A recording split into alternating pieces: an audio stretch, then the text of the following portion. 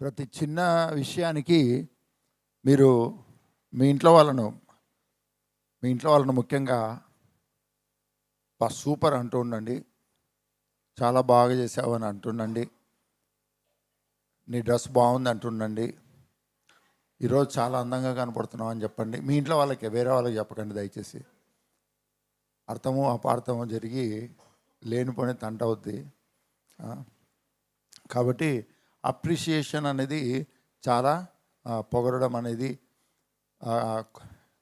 ఒక్క రవ్వ 1% గొప్పగా కనపడి 99% చెత్త కనపడినా సరే 99%కు మనం ఓటేయకుండా 1% కనుక ఓటేసి నువ్వు సూపర్ అన్నామనుకోండి, అది చాలా బాగుంటుంది. ఓకేనా? ఇదేం వాక్యం కాదండి, ఇది వాక్యం కాదు, కానీ సైకాలజీ ఆఫ్ ద పీపుల్ అనమాట. ఒక వ్యక్తిని తిట్టే బదులు పొగిడామనుకోండి, ఎప్పుడూ తిట్టకూడదు, ఎప్పుడూ పొగడకూడదండి. సమయానుకూలంగా మనం పొగడుతూ ఉండాలి, సమయానుకూలంగా సైలెంట్గా ఉంటూ ఉండాలి. అందరినీ తిట్టే అధికారం, అందరినీ కరెక్ట్ చేసే అధికారము దేవుడు మనకి ఇవ్వలేదు.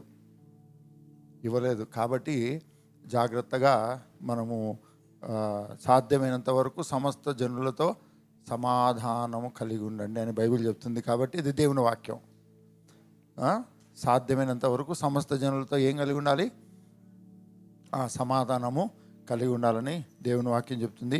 చేతనైతే సమాధానంగా ఉండు, లేకుంటే సైలెంట్గా ఉండు అని అర్థం అనమాట దాంది.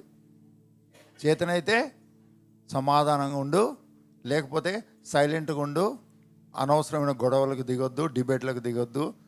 నాకు జ్ఞానం ఉందని చెప్పేసి నేను పట్టుకున్న కాళ్ళకు మూడే కుందేళ్ళు నేను పట్టుకున్న కుందేళ్ళకు మూడే కాళ్ళు. ఇటువంటి వితండవాదంలో దయచేసి ఎవరు ఉండొద్దు. వాదించడం వలన ఎవరు గెలవరు. వాదన అన్నది ఎండ్ లేనటువంటిది. గుడ్ మార్నింగ్ పిల్లలందరూ కూడా సండే స్కూల్కి వెళ్ళండి.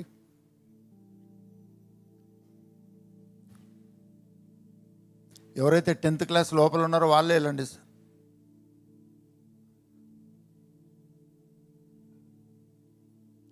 నిన్న 15 ఆగస్టు ప్రోగ్రాంకు కొంతమంది మిస్ అయ్యారు.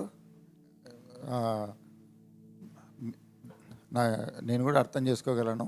నేనేం పాయింట్అవుట్ చేయట్లేదు మీరు ఎందుకు రాలేదని.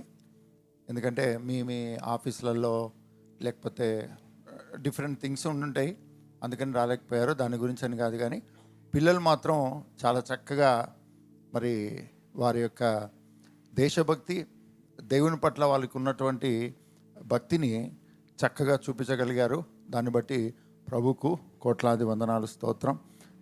మరొకసారి నేను గుర్తు చేస్తూ ఉన్నాను, వారానికి ఒకసారి గుర్తు చేస్తే బాగుంటుంది. యాక్చువల్గా రోజు గుర్తు చేద్దాం అనుకుంటాను మీ ఇంటికి వచ్చి, కానీ మీరు ఆఫీస్ పోయే హడావుడిలో ఉంటారు, వచ్చిన తర్వాత రెస్ట్ తీసుకునే హడావుడిలో ఉంటారు. డిస్టర్బ్ చేయడం ఎందుకని చెప్పేసి మీ ఇంటికి రావట్లేదు. కానీ అట్లీస్ట్ వారానికి ఒకసారైనా మీకు గుర్తు చేస్తే, ఒక నూతన నిబంధన కాపీ తీసుకున్నారు కదా, మీరు వేరే వాళ్ళకు ఇవ్వడానికి ప్రయత్నం చేశారా? ప్రార్థన చేశారా? ఇవ్వడానికి ప్రయత్నం చేశారా? ప్రయత్నం చేయండి. ప్రభువు అవకాశం ఇచ్చే దేవుడుగా ఉన్నాడు. హల్లెలూయా. నాకేం చేత కాదు, నాకు ఎవరు తెలియదు, నేను ఎవరు ఇచ్చినా తీసుకోరు, ఇటువంటిది చెప్పొద్దు.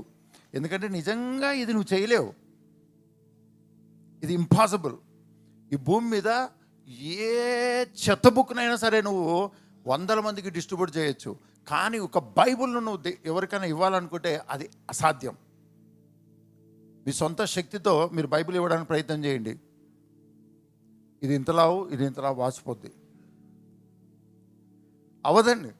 కానీ నేనేం చెప్తున్నానంటే, కానీ దాన్ని జరిగించాలి. అసాధ్యమైన వాటిని సాధ్యపరిచే దేవుడు. అందరూ చెప్తాం, అసాధ్యమైన వాటిని సాధ్యపరిచే దేవుడు, అసాధ్యమైన వాటిని సాధ్యపరిచే దేవుడు. చెప్తుందాం.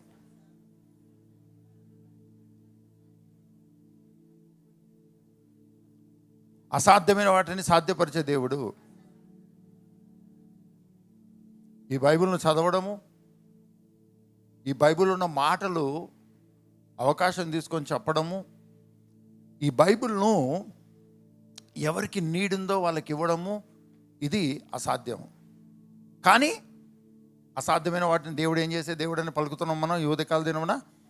సాధ్యపరిచే దేవుడు. హల్లెలూయా, ప్రభుకు స్తోత్రం. మా ఇంట్లో మొత్తం ఎప్పుడు పూజలు,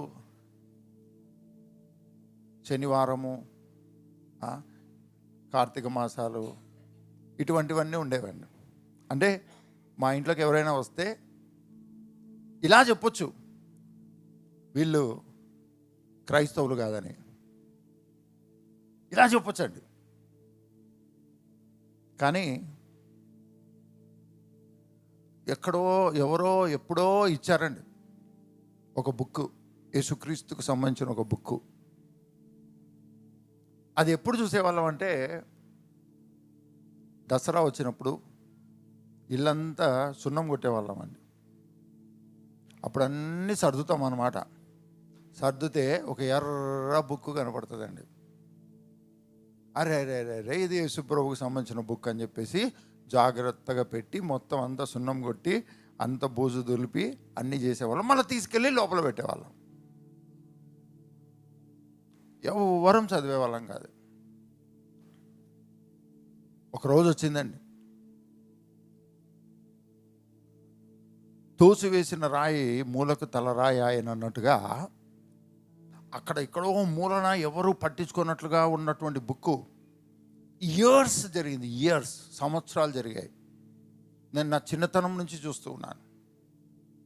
కానీ ఆ బుక్ చాలా మెయిన్ బుక్ అయిపోయిందండి. చాలా ప్రాముఖ్యమైన బుక్ అయిపోయింది. ఎందుకో తెలుసా అండి? దాని నిండా యేసుక్రీస్తును గూర్చిన మాటలు ఉన్నాయి. ఎందుకు నేను చెప్తున్నానంటే ఇది విషయం మనకేం తెలియదని కాదు, కానీ మా సొంత ఎక్స్పీరియన్స్, మా సొంత అనుభవంతో నేను చెప్తూ ఉన్నాను. ఎందుకు ఈ వాక్యము ప్రతి గృహంలోకి వెళ్ళాలి అంటే దీని అవసరత ఎవ్రీడే కనపడకపోవచ్చు. క్రైస్తవునికి ఎవ్రీడే అవసరం, కానీ క్రైస్తవేతరులకు ఈ బైబిల్ అనేటువంటిది ఎవ్రీడే నీడ్ అని తెలియకపోవచ్చు. కానీ ఒక రోజు వస్తుంది, ఇది లేకుండా మేము బ్రతకలేము, ఇది మాకు జీవమునిచ్చిన జీవాహారము అని చెప్పే ఒక రోజు వస్తుంది. అది ఎవరు క్రియేట్ చేస్తారు? ఈ వాక్యమే క్రియేట్ చేస్తుందండి. ఈ వాక్యమే క్రియేట్ చేస్తుంది. మీ పక్క వాళ్ళతో చెప్పండి, ఈ వాక్యం యొక్క విలువ నీ చేతిలో ఉండి ఫ్రీగా ఉండి రోజు చదువుకోవడానికి నీ కళ్ళ ముందర ఉండి దీని విలువ నీకు పూర్తిగా గ్రహింపులో ఉంటుందో ఉండదో, కానీ ఇది నశించుచున్న వారికి ఒకానొక సమయం వస్తుంది, అసలు మా ఊపిరికి ఈ వాక్యమే మూలము అని గ్రహించే రోజు ఒక రోజు వస్తుందండి. అప్పుడు వారు దాన్ని బట్టి జీవించడం మొదలు పెడతారండి. క్రీస్తుకు సాక్షులుగా ఉండడం మొదలు పెడతారు. చర్చికి వచ్చి మనం వాక్యానికి ఎంత ఇంపార్టెన్స్ ఇస్తున్నామో లేదో మనకు తెలియదు, కానీ చర్చికి వచ్చి మనందరికీ అద్భుతాలు, సూచక్రియలు, మహత్కార్యాలు కావాలండి.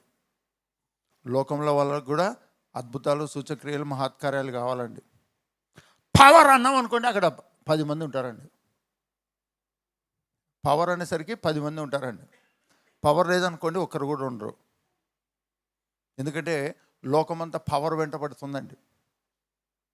కానీ క్రైస్తవులమైన మనము పవర్ వెంట పడకూడదు. ఎవరు వెంట పడాలి? మీరు చెప్పలేరండి, నాకు తెలుసు. ఎందుకంటే ఆల్రెడీ మీరు పవర్ వెంట పడ్డారు. మొత్తం దాని వెంటనే ఉన్నారండి. అది లేకపోతే నేను లేను, అది లేకపోతే నేను లేనని. తప్పేం కాదండి. కానీ లోకమంతా పవర్ వెంట వెళ్తుంది. కానీ నువ్వు ఆ పవర్ యొక్క సోర్స్ అయినటువంటి క్రీస్తు వెంట నువ్వు ఉన్నావు, క్రీస్తులో నువ్వు ఉన్నావు, క్రీస్తుతో ఐక్యమై ఉన్నావు.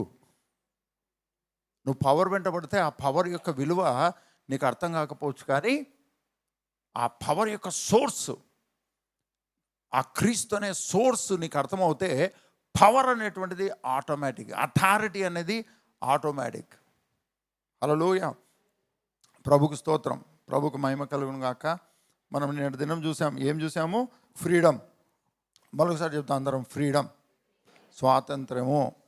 ఏది బంధించకూడదు, నేను దేని చేత బంధించబడకూడదు, ఏది నన్ను బంధించకూడదు.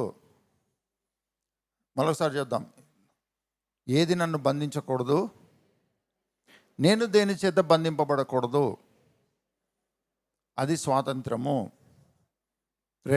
రెండు, స్వతంత్రంగా నేను ఎవరి సంబంధినో, ఎవరికి వారసున్నో అక్కడి నుంచి స్వతంత్రంగా, ఫ్రీగా, ఎటువంటి అరమరిక లేకుండా, గట్టిగా చెప్దామా? జెసి అందరికీ మంచి ఎగ్ బాయిల్ చేస్తుంది తీసుకురా త్వరగా, కొంచెం గట్టిగా చెప్తారు, ప్రోటీన్. అందరూ చెప్తాం, నేను ఎవరికి వారసున్నో. Very good. 2 ఎగ్స్ తిన్నంత గట్టిగా చెప్పారు. ఇంకా కొంచెం, నేను ఎవరికి వారసున్నో. వారసురాలను అని అనాల్సిన అవసరం లేదండి, ఎందుకంటే యేసుక్రీస్తునందు స్త్రీ పురుషుడు ఒకటే. కాబట్టి అయ్యో నేను పురుషుని మాదిరి చెప్తున్నాను ఇట్లేం కంగారు పడకండి, ఓకేనా? నేను ఎవరికి వారసున్నో ఆయన దగ్గర నుంచి సమస్తాన్ని ఎటువంటి అడ్డు లేకుండా, ఎటువంటి అరమరిక లేకుండా, ఎటువంటి ఆటంకం లేకుండా అలా చేయి పెట్టి అలా తీసుకొనే స్వాతంత్ర్యము నాకు ఇవ్వబడింది. దాన్ని అలానే స్థిరముగా కొనసాగింప చేసుకోవాలి. ఇదే క్రీస్తునందు పరిశుద్ధాత్మయందలి స్వాతంత్ర్యము.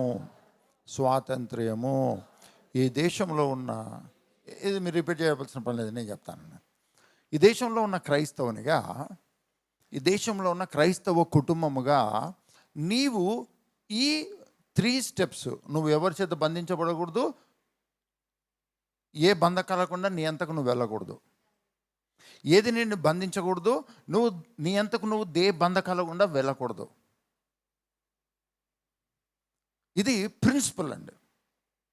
ఇది నీవు జాగ్రత్త పడాల్సినటువంటి అతి ప్రాముఖ్యమైనది. ఏంటది? దేని చేత నేను బంధించబడకూడదు, దేని బంధకాల గుండా నా అంతకు నేను వెళ్ళకూడదు. అంటే అర్థం ఏంటంటే, ఏదైనా కోరుకొని వచ్చి నన్ను బంధించాలనుకుంటే అది నన్ను బంధించకూడదు. 2, నేను కోరుకొని దేని బంధకాల్లోకి వెళ్ళకూడదు. అర్థమవుతుందా? అర్థం కావట్లేదండి? అర్థం కాదంటే మరోసారి చెప్తాను. ఏది కూడా అది కోరుకొని, వాడు సైతానే కానీ, ఒక అలవాటే కానీ, లేకపోతే మనుషులే కానీ, వాళ్ళు కోరుకొని ఈ వ్యక్తిని నేను స్వాధీనపరచుకుంటాను అని వస్తే నన్ను స్వాధీనపరచుకోలేదు. వాళ్ళ వల్ల కాదు అనే నిశ్చయిత నీలో ఉండాలి క్రీస్తులు. 2, నువ్వు కోరుకొని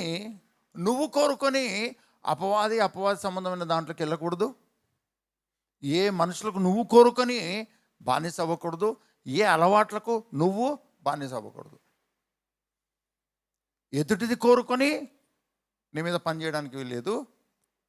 అదే సమయంలో నువ్వు కోరుకొని బంధకాల్లోకి వెళ్ళడానికి వీళ్ళని క్రైస్తవ జీవితం నీకు ఇవ్వబడింది. అది ఏమైనా పర్వాలేదు, అది ఎంత శక్తివంతమైనదైనా పర్వాలేదు, నువ్వు దానికంటే శక్తివంతమైన వ్యక్తివి. హల్లెలూయా. అదే సమయంలో నీవు దేవునికి వారసునివి. నువ్వెవరికి వారసునివి? దేవునికి, దేవుని రాజ్యానికి వారసునివి. నువ్వు బాప్తిసం పొందిన తర్వాత ఏ రోజు కూడా ఆ తండ్రికి నీకు మధ్యలో ఏ విధమైన పోరాటమును నువ్వు తెచ్చుకోకూడదు. నమ్మద్దు, పోరాడద్దు. తండ్రితో నువ్వు పోరాడద్దు. తండ్రితో నువ్వు పోరాడొద్దు. ఎందుకో తెలుసా? నువ్వు వారసునిగా తెచ్చుకునేటువంటి స్వాతంత్రం నీకు ఇవ్వబడింది. ఏ రోజు కూడా ఒక అనుమానం నీలోకి రావద్దు. ఇస్తాడో ఇవ్వడో, చేస్తాడో చేయడో.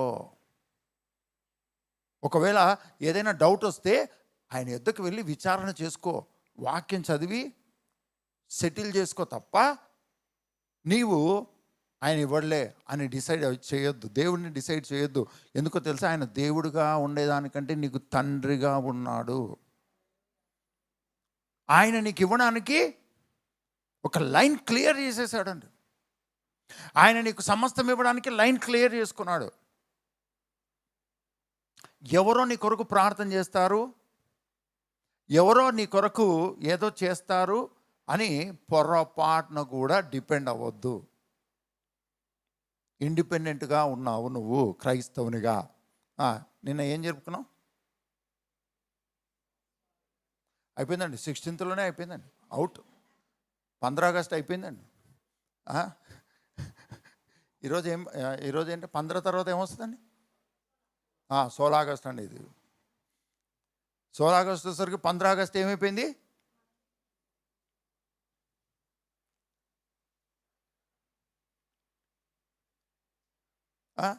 ఇండిపెండెన్స్ డే సెలబ్రేట్ చేసుకున్నాం. అంటే భారతదేశము తనను తాను పరిపాలించుకోవడానికి దొరికినటువంటి స్వాతంత్ర్యము. ఆ దేశము, ఆ దేశ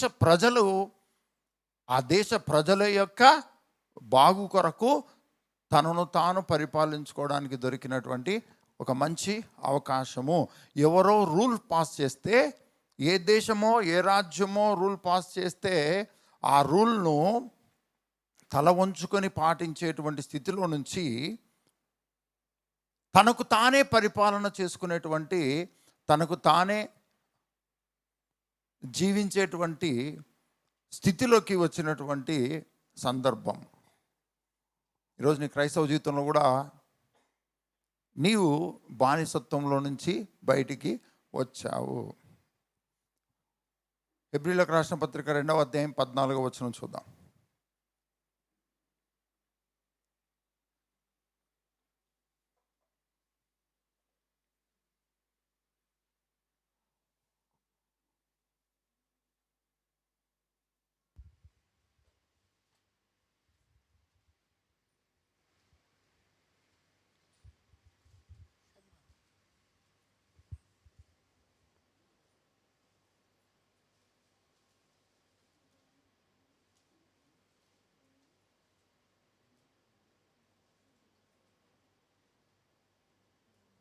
హెబ్రీయులకు రాసిన పత్రిక 2వ అధ్యాయం 14వ వచనం.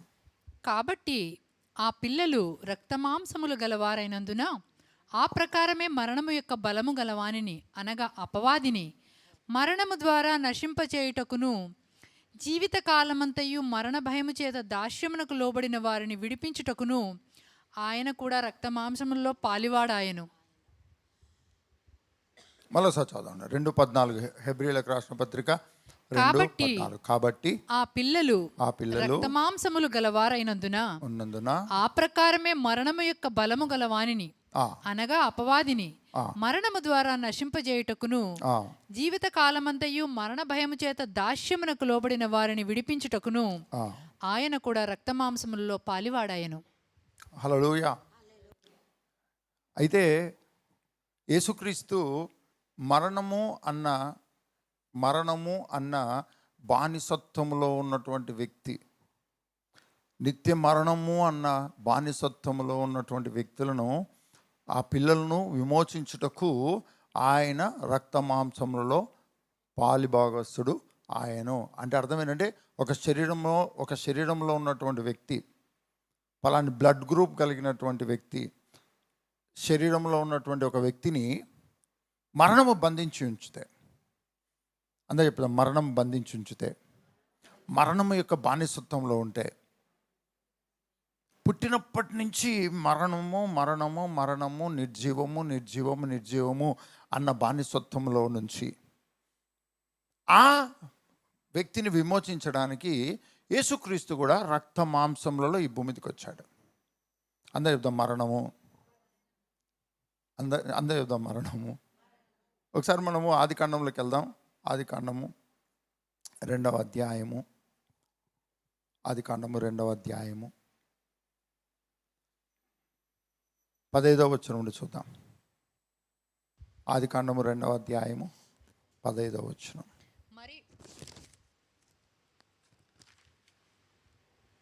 మరియు దేవుడైన యెహోవా నరుని తీసుకొని ఏదెను తోటను సేద్యపరచుటకును దాని కాచుటకును దానిలో ఉంచెను. మరియు దేవుడైన యెహోవా, ఈ తోటలోనున్న ప్రతి వృక్ష ఫలములను నీవు నిరభ్యంతరముగా తినవచ్చును. స్వాతంత్రము. ఈ తోట చెట్లలో ఉన్న ప్రతి వృక్ష ఫలాన్ని అభ్యంతరంగానా నిరభ్యంతరంగానా? అంటే దాని అర్థం ఏంటి? అడిగి తినాలనా అడగకుండా తినాలనా? అడుక్కొని తినాలనా అడగకుండా తినాలనా? ప్రభా నీ చిత్తమా కాదా ప్రభా యాపిల్ తింటా, నీ చిత్తమా కాదా ప్రభా సపోటా తింటా, ఇవన్నీ అడగాలనా దేవుడిని? చెప్పండి. దేవుడే చెప్పాడు నిరభ్యంతరంగా తిను అని. అది స్వాతంత్రం అండి. తర్వాత తోట చెట్లలో ఉన్న వృక్ష ఫలములన్నీ నిరభ్యంతరంగా తినవచ్చును. అయితే మంచి చెడ్డల తెలివినిచ్చు వృక్ష ఫలములను మంచి చెడు తెలివినిచ్చే వృక్ష ఫలమును తినకూడదు. నీవు వాటిని తిని దినమున నిశ్చయముగా చచ్చెదవని. ఇక్కడ స్టార్ట్ అయిందండి మరణం. హెబ్రీలకు రాసిన పత్రిక 2వ అధ్యాయం 14వ వచనంలో ఉన్న మరణము యొక్క బానిసత్వము నుంచి, మరణము అన్న బంధకాల నుంచి విమోచించడానికి యేసుక్రీస్తు రక్త మాంసములలో వచ్చాడు. అయితే ఈ మరణం అనేది ఎక్కడి నుంచి వచ్చింది, ఎప్పటి నుంచి వచ్చింది, ఏం చేయడం వలన వచ్చింది, ఎవరి వలన వచ్చింది అని మనం చూస్తే ఆ మరణం ఎక్కడి నుంచి వచ్చింది? మీ పక్కలు చెప్పండి. తినొద్దన్న పండు తినడం వలన వచ్చింది. తినొద్దన్న పండును తినడం వలన వచ్చింది. మీ పక్కలు చెప్పండి. పండులో ఏమీ లేదు, చెప్పిన మాటలో ఉంది కథ. స్టోరీ అంతా ఎక్కడుంది? చెప్పిన మాటలో ఉంది. మీ పక్కన చెప్పండి. పండులో ఏం లేదు, పండులో మంచి ఏంటి చెడు ఏంటి తెలుసుకునేటువంటి జ్ఞానం ఉంది. దాంతో నీకు పని లేదు. అది కాదు ఇంపార్టెంట్. ఏది ఇంపార్టెంటు? చెప్పినవాడు, ఆ చెప్పిన వాని మాట అతి ప్రాముఖ్యమైనది. మత్తయి సువార్త 4వ అధ్యాయము. మత్తయి సువార్త 4వ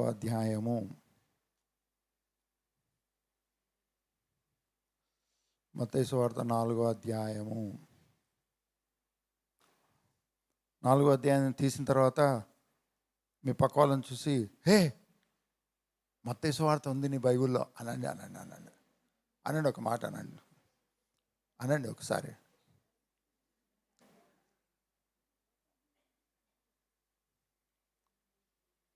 చర్చ అయిపోయిన తర్వాత బాగానే మాట్లాడతారు కదండి ఒకరే. మరి ఇప్పుడు మాట్లాడడానికి నేను చెప్పినప్పుడు ఓకే, మీ గ్రూప్ మీకుందా, వాళ్ళతోనే మీరు మాట్లాడతారా, వేరే వాళ్ళు ఇష్టం లేదా?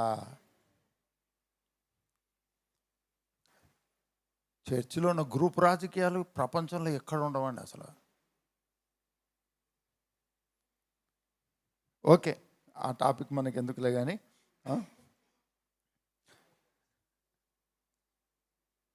Good morning. చేతనైతే అందరికీ ప్రైజ్ లార్డ్ చెప్పండి, లేకుంటే గమ్మున ఇంటికి పోండి. ఎవరినైనా చర్చికి వచ్చిన తర్వాత వాళ్ళకు మీ మొహం చూపించకూడదు, వాళ్ళ మొహం మీరు చూడకూడదు అంటే అసలు చర్చికి రావడమే మానేయండి. ఎందుకంటే అది చర్చే కాదు. బయట ఎన్న పంచాయతీలైనా ఉండొచ్చు, చర్చికి వచ్చిన తర్వాత అందరికీ ప్రైజ్ లార్డ్ చెప్పే పని అయితే అందరికీ ప్రైజ్ లార్డ్ చెప్పండి. ఇంకా చెప్పానని చెప్పేసి ఆ డోర్ దగ్గర నిలబడి ఎవరిని బయటికి పోనీయకుండా మొహం పెట్టి మరీ ప్రైజ్ లార్డ్ అని అటువంటి మన ఎక్స్ట్రాలు కూడా వద్దండి. చాతనైనంత వరకు మనము చాలా దేవుని దృష్టికి చాలా, మీ పక్కన వాళ్ళతో మరొకసారి చెప్పండి, హే అనండి, ఏం కాదు, నేనే చెప్పాను కదా, హే నీ బైబిల్లో మత్తయి సువార్త ఉంది.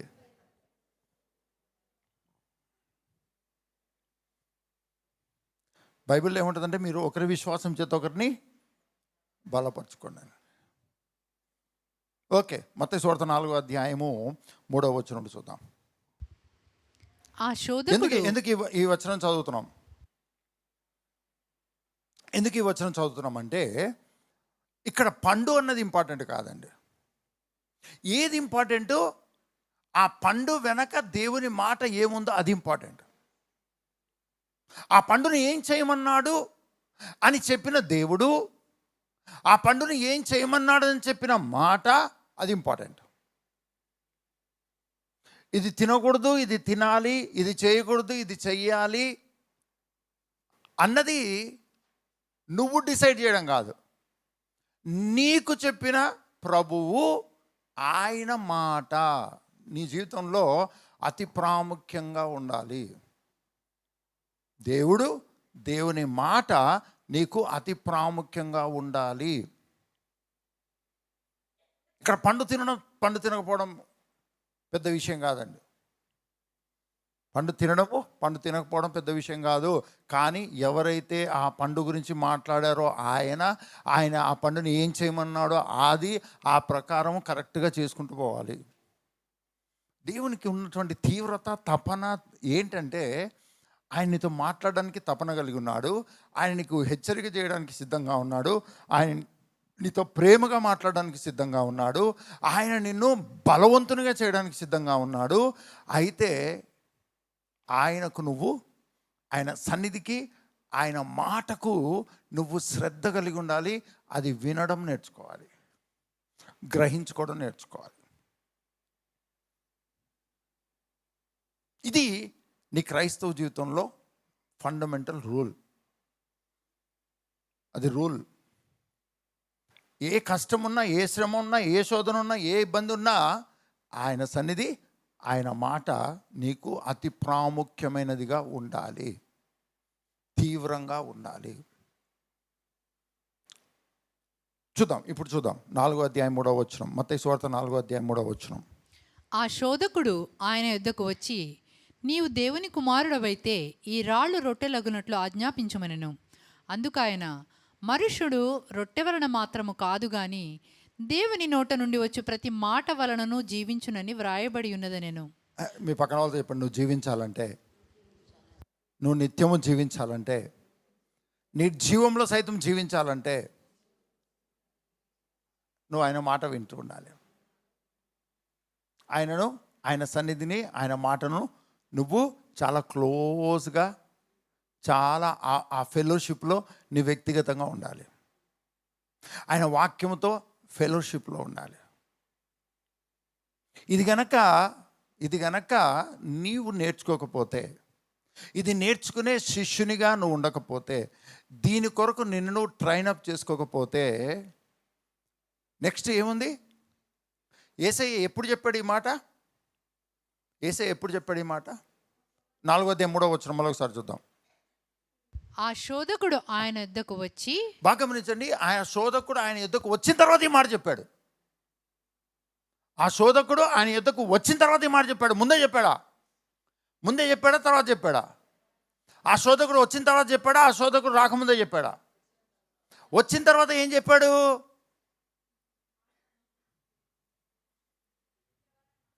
రొట్టె వలన మాత్రమే కాదు, దేవుని నోట నుండి వచ్చి ప్రతి మాట వలన జీవించునని శోధకుడు రాకముందే గ్రహించి చెప్పాడా? శోధకుడు వచ్చిన తర్వాత గ్రహించి చెప్పాడా? శోధకుడు శోధించడం ప్రారంభించిన తర్వాత ఈ మాట చెప్పాడు. కానీ శోధకుడు శోధించకముందే, రాకముందే ఈ గ్రహింపు కలిగి జీవిస్తున్నాడు దేవుని కుమారుడుగా ఈ భూమి మీదకి వచ్చిన యేసయ్య. శోధకుడు శోధించడానికి రాకముందే దేవుని నోట నుండి వచ్చే మాట వలన నేను జీవిస్తానని గ్రహించినటువంటి కుమారునిగా, శిష్యునిగా ఉన్నాడు. కానీ అది ఎప్పుడు చెప్పాడు? శోధకుడు వచ్చి శోధించిన తర్వాత శోధకునికి చెప్తూ ఉన్నాడు, హలో, గుడ్ మార్నింగ్. కష్టం వచ్చినప్పుడు కదా మనం బైబిల్ 10 అధ్యాయాలు చదివేది, అవునా కదా? మత్తయి సువార్త 1వ అధ్యాయము ఆది యందు దేవుడు భూమి ఆకాశం సృజించెను. మత్తయి సువార్త 1:1 ఆది యందు దేవుడు భూమి ఆకాశం సృజించిన. మరోసారి చూద్దాం, మళ్ళీ జాగ్రత్తగా అర్థం చేసుకుందాం. మనం ఎందుకు వెనకాల పడుతూ ఉంటామంటే దానికి కారణం ఏంటంటే ఇదే. అందరూ చేసే పని మనం చేస్తామండి. అందరంటే ఎవరు? లోకంలో ఉన్న వాళ్ళు ఏం చేస్తారో మనము కదా, లోకంలో ఉన్న వాళ్ళందరూ ఏం చేస్తారంటే కష్టం వచ్చినప్పుడే కాళ్ళు పట్టుకుంటారండి. కష్టం వచ్చినప్పుడే కాళ్ళు పట్టుకుంటారండి. కష్టం వచ్చినప్పుడే దేవుడా అంటారండి. మరి క్రైస్తవుడు ఏమనాలి? ఎప్పుడు అనాలి? ఎప్పుడు దేవుని కాలు పట్టుకోవాలి? ఎప్పుడు దేవుడిని అర్థం చేసుకొని ఉండాలి? ఎప్పుడు గ్రహించుకొని ఉండాలి?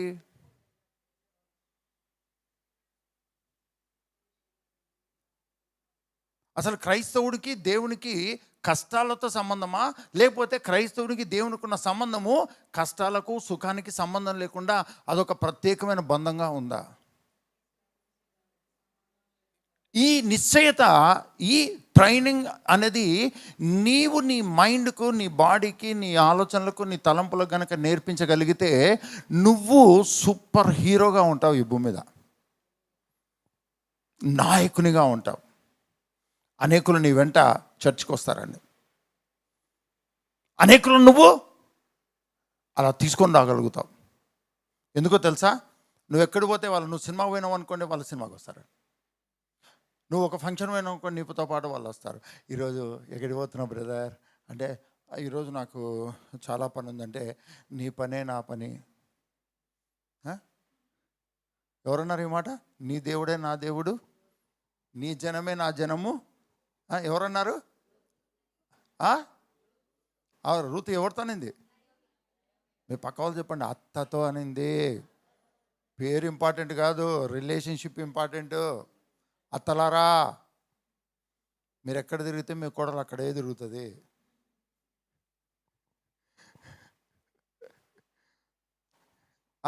నీ దేవుడే, నీ ప్రజలే. వచ్చేసిందండి. ఏమొచ్చింది? నయోమి అన్ని పోగొట్టుకుంది, కానీ రూతు మాత్రము ఒక చరిత్ర సృష్టించిందండి. ఎందుకో తెలుసా? యేసుక్రీస్తు యొక్క జీనియాలజీలోకి వచ్చేసింది. యేసుక్రీస్తు యొక్క వంశావళిలోకి వచ్చేసింది. క్రీస్తు వంశావళిలోకి వచ్చేసింది. నిజంగా డైరెక్ట్గా దేవునికి సంబంధించిన వ్యక్తి ఎవరు? రూతా నయోమినా? కానీ ఉందా ఆమె? మరి ఎవరున్నారు వంశావళిలో? యేసుక్రీస్తు వంశావళిలో ఎవరున్నారు? ఎందుకు? వెంబడించిందండి.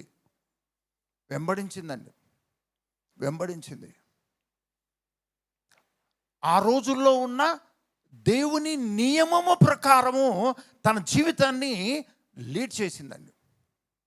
ఆ రోజుల్లో ఉన్న దేవుని నీతి నియమం ప్రకారము, ధర్మశాస్త్రం ప్రకారము తన జీవితాన్ని మలుచుకుంది. ఫ్రస్ట్రేషన్లో చెప్పిందండి అత్త. చాలా బాధలో ఉంది, చాలా కోపంలో ఉంది. నయోమి అనేసరికి అనొద్దులా. కానీ ప్రభుకు స్తోత్రం, ప్రభుకు మహిమ కలుగును గాక. మీ పక్కలతో చెప్పండి, నీ కష్టం రాకముందే దేవుడు నీకు అర్థమై ఉండాలి. శోధన రాకముందే ఆయన ప్రేమ, శక్తి, సామర్థ్యం నీకు అర్థమై ఉండాలి. శ్రమ రాకముందే, నిర్జీవము రాకముందే ఆయన ప్రభావ సన్నిధి నీకు అర్థమై ఉండాలి. అలా నీకు క్విక్గా శ్రమల కంటే ఎక్కువగా, శోధనల కంటే ఎక్కువగా, పడిపోయేదానికంటే అధికముగా నువ్వు క్రీస్తు జీవితంలో నువ్వు గ్రహించుకొని శక్తివంతంగా ముందుకెళ్ళినట్లుగా నువ్వు బాప్తిసం పొందిన వెంటనే పరిశుద్ధాత్మ అనే వరం నీకు అనుగ్రహించబడింది. బోధకుడు నీలోకి రావడానికి తీవ్రంగా ఉండి నువ్వు బాప్తిసం పొందిన వెంటనే ఆయన నీలోకి రావడానికి సిద్ధంగా ఉన్నాడు. ఆ అనుభవాన్ని నీకు రుచి చూపించడానికి సిద్ధంగా ఉన్నాడు. ఆ ప్రభావం నీకు చూపించడానికి సిద్ధంగా ఉన్నాడు. వ్యాధి యొక్క ప్రభావం, రోగం యొక్క ప్రభావము, రకరకాల ప్రభావాలతో నువ్వు నలిగిపోయేదానికంటే ముందే పరలోకము యొక్క మహిమ ప్రభావం రుచి చూపించడానికి పరలోకము నుంచి దేవుని ఆత్మ నీలోకి వచ్చి నివసిస్తూ ఉన్నాడు. ముందే అందరూ చెప్పండి, ముందే. సాతాను కంటే ముందే, వ్యాధుల కంటే ముందే, శ్రమల కంటే ముందే, పడిపోవడం కంటే ముందే నీ క్రైస్తవ జీవితంలో పరిశుద్ధాత్ముడు వచ్చి నిన్ను ప్రభావితం చేస్తూ ఉన్నాడు. హల్లెలూయా. దీన్ని మనం పట్టించుకోవాలి. తీరా డాక్టర్ దగ్గరికి వెళ్తే డాక్టర్ ఒక రిపోర్ట్ ఇస్తాడండి. విజయ డయాగ్నోస్ సెంటర్. ఇంకా మీకు తెలిసిన డయాగ్నోస్ సెంటర్ పేర్లు చెప్పండి.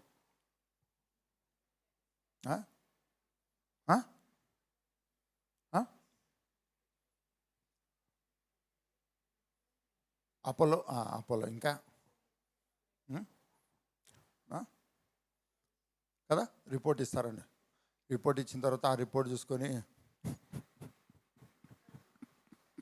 నవ్వుతున్నాం ఏడుస్తున్నాం అర్థం కావట్లేదండి. సౌండ్ బయటికి రాదు, బాడీ ఒక్కటి కదులుతూ ఉంటుందండి. ఎవరో అతీతులం కాదండి. నిలబడిన నేను కానీ కూర్చున్న మీరు కానీ ఎవరో అతీతులం కాదండి.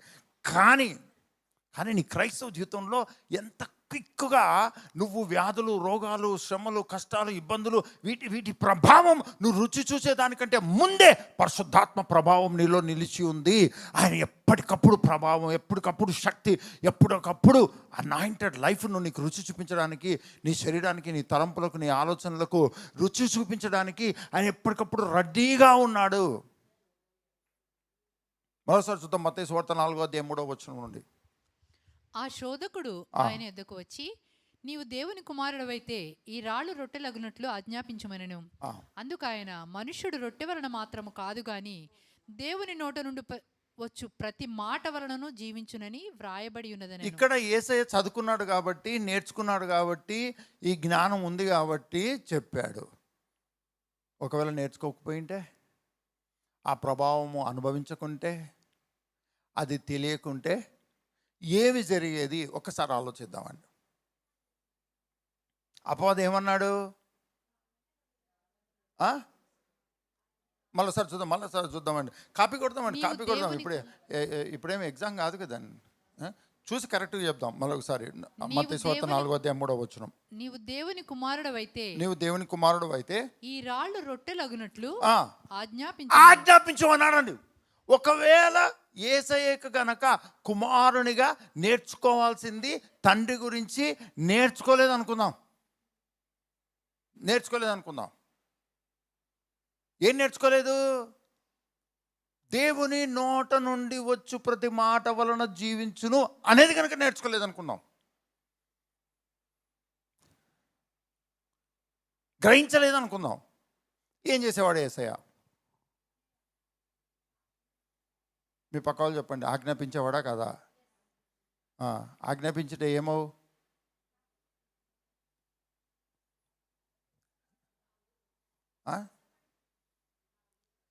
చిన్న ఎగ్జాంపుల్ చెప్తానండి. చెప్పాలా వద్దా అండి? చెప్పాలా వద్దా? చెప్పండి అనొచ్చు కదండి. కనీసం మనిషి కనపడితే ప్రైజ్ లాడని చెప్పరండి మీరు. కనీసం చెప్పండి అని అనొచ్చు కదా.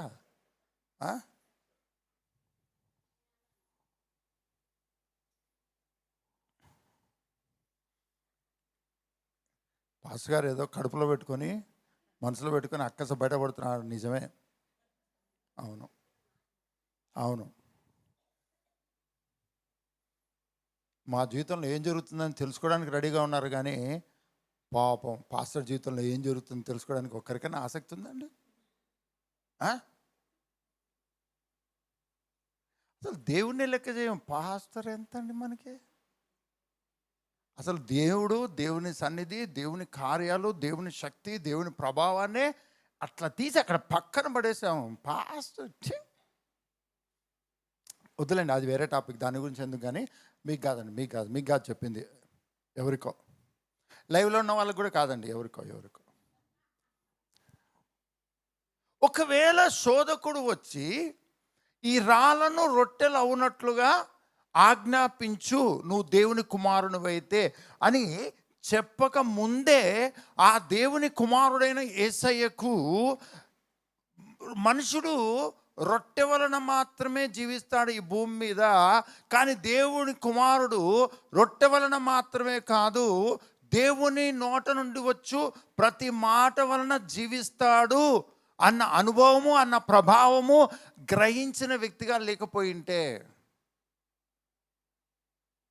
సాతానుడు ఆజ్ఞాపించు అనేసరికి, ఏంట్రా నువ్వు ఏమనుకుంటావు, నన్ను దేవుని కుమారుని ఆజ్ఞాపిస్తే ఏమైనా జరుగుతుంది, చూడు కావాలంటే అని ఆజ్ఞాపించేవాడా కదా? ఆజ్ఞాపించేవాడా కదా? మీ పక్కన చెప్పండి. తెలియకపోతే ఎవరేం చెప్పినా చేస్తూ పోతూనే ఉంటామండి. తీరా సక్సెస్ అయిందంటే ఓకే, ఫెయిల్ అయినామంటే ఫలాని వాడిని మొహం చూశాను పొద్దున్నే లేచి దరిద్రం పట్టుకుంది నాకు కదా, తిడుతూనే ఉంటామండి మనం అందరినీ. ఈ తిట్టే బ్యాచ్ ఎవరంటే క్రైస్తవులు అయి ఉండి వాళ్ళ వల్ల ఇట్లా జరిగింది, వీళ్ళ వల్ల ఇట్లా జరిగింది, వీళ్ళ వల్ల ఇట్లా జరిగింది, దీని వల్ల ఇట్లా జరిగింది, సైతాన్ వల్ల ఇట్లా జరిగింది అని ఎవరైతే నెపం మోపుతుంటారో ఆ బ్యాచ్ ఎట్లాంటి బ్యాచో తెలుసా అండి? ఎవరేం చెప్తే అది వింటూ ఉంటారండి. అసలు దేవుని నోట నుండి నా గురించి ఏ మాట వస్తుంది అన్న శ్రద్ధ లేని క్రైస్తవులు, ఇంకా ఎవరు ఏది చెప్పినా సరే దాన్ని ఫాలో అయ్యే క్రైస్తవులు ఎట్లా ఉంటారంటే, అందరి మీద జరిగితే జరగవండా. ఎందుకో తెలుసా? అసలు నువ్వు క్రైస్తవుని అయిన తర్వాత అసలు నీ లైఫ్ అనేటువంటిది స్టార్టింగ్ టు ఎండ్ ఒక ఫిక్స్డ్ లైఫ్లోకి వచ్చావు. నువ్వు ఏది పడితే చేస్తే సక్సెస్ అవ్వలేవు. ఎవరు చెప్పిన మాట విన్నా నువ్వు సక్సెస్ అవ్వలేవు, వాళ్ళు సక్సెస్ అవ్వచ్చు. అందుకనే ఇమ్మీడియట్గా నువ్వు చేయాల్సినటువంటి అతి ప్రాముఖ్యమైన పని ఏంటంటే, బ్యాప్టిజం తర్వాత ఏం చేయాలంటే, ప్రభు నాతో ఏం మాట్లాడుతున్నాడు, ఏం చేయమంటున్నాడు, ఆయన నోటి నిండా వినాలి. ఆయన హృదయంతరంగాల్లో నేను ఏమై ఉన్నాను అని గ్రహించాలి. నువ్వు వాక్యం ద్వారా, దర్శనము ద్వారా, ఇతరులు ప్రవచించడం ద్వారా, ఇన్ని రకాల కన్ఫర్మేషన్తో నువ్వు కన్ఫర్మ్ చేసుకొని దాని మీద నీ క్రైస్తవ జీవితాన్ని కట్టుకోవాలి. అలా కట్టుకోకపోతే యేసు నామములో, యేసు నామములో, యేసు నామములో, యేసు నామములో, యేసు నామములో అంత తుస్సే. చివరికి నువ్వేమనుకుంటావో తెలుసా అండి? అందరికీ జరగవులే, అన్నీ జరగవులే. ఇలాగా నీ క్రైస్తవ జీవితంలో వైరాగ్యం వచ్చేస్తుందండి. ఇక్కడ కుమారుడు అన్నవాడు మొట్టమొదట అపవాదిని జయించడం కాదు, శోధనలు జయించడం కాదు, ఫెయిల్యూర్లో నుంచి సక్సెస్లోకి రావడం కాదు, నువ్వు కట్టుకోవాల్సినవి కట్టుకోవడం కాదు, నువ్వు సంపాదించాల్సింది సంపాదించడం, ఇది కాదు ప్రయారిటీ ఏంటంటే దేవుని సన్నిధి. ఆ సన్నిధిలో నుంచి వచ్చే నీ గురించి అయినటువంటి దేవుని హృదయంలో ఉన్న సంగతి నువ్వు గ్రహించావా లేదా అన్న కన్ఫర్మేషను నీవు కలిగి ఉండాలి. అది నిన్ను జీవింపజేస్తుంది. ఇక్కడ ఎలా జీవింపజేస్తుందో తెలుసా అండి? బిక్కారిగా కాదు. ఆయన రాజులకు రాజు, ప్రభులకు ప్రభులు అయితే ఆ స్థాయిలో ఆయన నీ పట్ల ప్లాన్ కలిగి ఉండి ఆ ప్లాన్ ప్రకారము ఆ ప్లాన్ నీ జీవితంలో నెరవేర్చబడినట్లు ఆయన నీతో మాట్లాడతాడు. హల్లెలూయా. మరొకసారి మత్తయి సువార్త 4:3 కదా. ఆ శోధకుడు ఆయన యొద్దకు వచ్చి నీవు దేవుని కుమారుడవైతే ఈ రాళ్ళు రొట్టెలగునట్లు ఆజ్ఞాపించమనెను. రాళ్ళు రొట్టెలు అవ్వడానికి దేవుని కుమారుడు రాళ్లను రొట్టెలుగా మార్చాలి. ఇది ఎవరి ప్లాను? ఇది ఎవరి మాట? ఇది ఎవరి ఆలోచన? తప్పు చెప్పాడండి ఏమన్నా సైతాను? ఎంత రీజనబుల్ అండి ఇది? ఎంత కరెక్ట్ మాట, ఎంత కరెక్ట్ మాట అండి. సాతాను చెప్పింది ఏమన్నా తేడా ఉందా? మీ పక్క వాళ్ళతో చెప్పండి, ఇదే మంచి చెడు అనమాట. ఇదే మంచి చెడు. మంచి చెడు అనేది నువ్వు ఆలోచించకూడదు, మంచి చెడు అనేది మనుషులు చెప్పకూడదు, మంచి చెడు అనేది సైతాన్ చెప్పకూడదు. నువ్వు ఏది ఏమైనా దేవుడు ఏం చెప్తే చేయాలి. అది మంచి కానీ చెడు కానీ నువ్వు చేయాలి, అంతే. అది దేవుని కుమారుని యొక్క డ్యూటీ. అందుకనే ఏదైనా తోటలో మంచి చెడు తెలివినిచ్చే వృక్షఫలాన్ని పెట్టాడు, కానీ తినొద్దన్నాడు. పెట్టాడు, తినొద్దన్నాడు. ఇప్పుడు దేవునికి కావాల్సింది ఏంటో తెలుసా అండి? ఆయన చెప్పిందే మంచి, ఆయన చెప్పిందే నేను ఫాలో అవ్వాలి, ఆయన చెప్పిందే నేను తెలుసుకొని ఆ ప్రకారం చేయాలి. దానికి మించి ఒకటి అవునని కానీ ఒకటి కాదని కానీ నేను మాట్లాడడానికి లేదు. ఏంటి దేవుడు ఇట్లా చెప్తాడా అని నువ్వు డిసైడ్ చేయడానికి వీల్లేదు. కొంతమంది జీవితంలో దేవుడు ఏం చెప్తాడో దాన్ని చేయడానికి అసలు మొత్తం అందరూ వ్యతిరేకిస్తారండి. కానీ ఏం చేద్దామండి? అది దేవుడు చెప్పాడు, అది దేవుడు చెప్పాడు. అందుకని రేపటి నుంచి అనిపించినంతా చేసుకుంటూ పోండి, వినిపించినంత చేసుకొని పోండి. ఎవరికి అర్థమైతే మనకెందుకండి? ఒక అధ్యాయం బైబిల్ చదివి దేవుడు నాతో మాట్లాడాలని పోండి. ఇంకా క్రైస్తవులతో ప్రాబ్లం ఏంటో తెలుసా అండి? ఏం తెలియనట్లు ఉంటారు, లేదంటే మొత్తం నాకే తెలుసు అంటారు. ఇది క్రైస్తవుని పద్ధతి కాదు, లోకంలో ఉన్న మనుషుల పద్ధతి. తెలియనంత వరకు అమాయకంగా ఫేస్ పెడతారండి, అమాయకమైన ఫేస్ పెడతారండి. ఇంత తెలిసిందనుకోండి, అసలు ఇంకా ప్రపంచాన్ని నేనే సృష్టించాను అన్నట్లుగా ఫేస్ పెడతారండి. అది హ్యూమన్ సైకాలజీ. హల్లెలూయా. స్పిరిచువల్ గ్రోత్ అంటే చెప్పాలా వద్దా? ఆత్మీయంగా నేను వర్ధిల్లుతున్నాను అనే దానికి సూచన చెప్పాలా వద్దా? తగ్గింపు పెరుగుతుందండి. నువ్వు దేవుని గురించి తెలుసుకునే కొద్దీ, దేవుని గురించిన జ్ఞానంలో వర్ధిల్లే కొద్దీ, పరిశుద్ధాత్మ పూర్ణతలో వర్ధిల్లే కొద్దీ నువ్వు చాలా చాలా చాలా విధేయతలోకి, చాలా నెమ్మదిలోకి వచ్చేస్తావు. అది నీకు గర్వాన్ని ఇవ్వదు, ప్రేమలో వర్ధిల్లుతావు.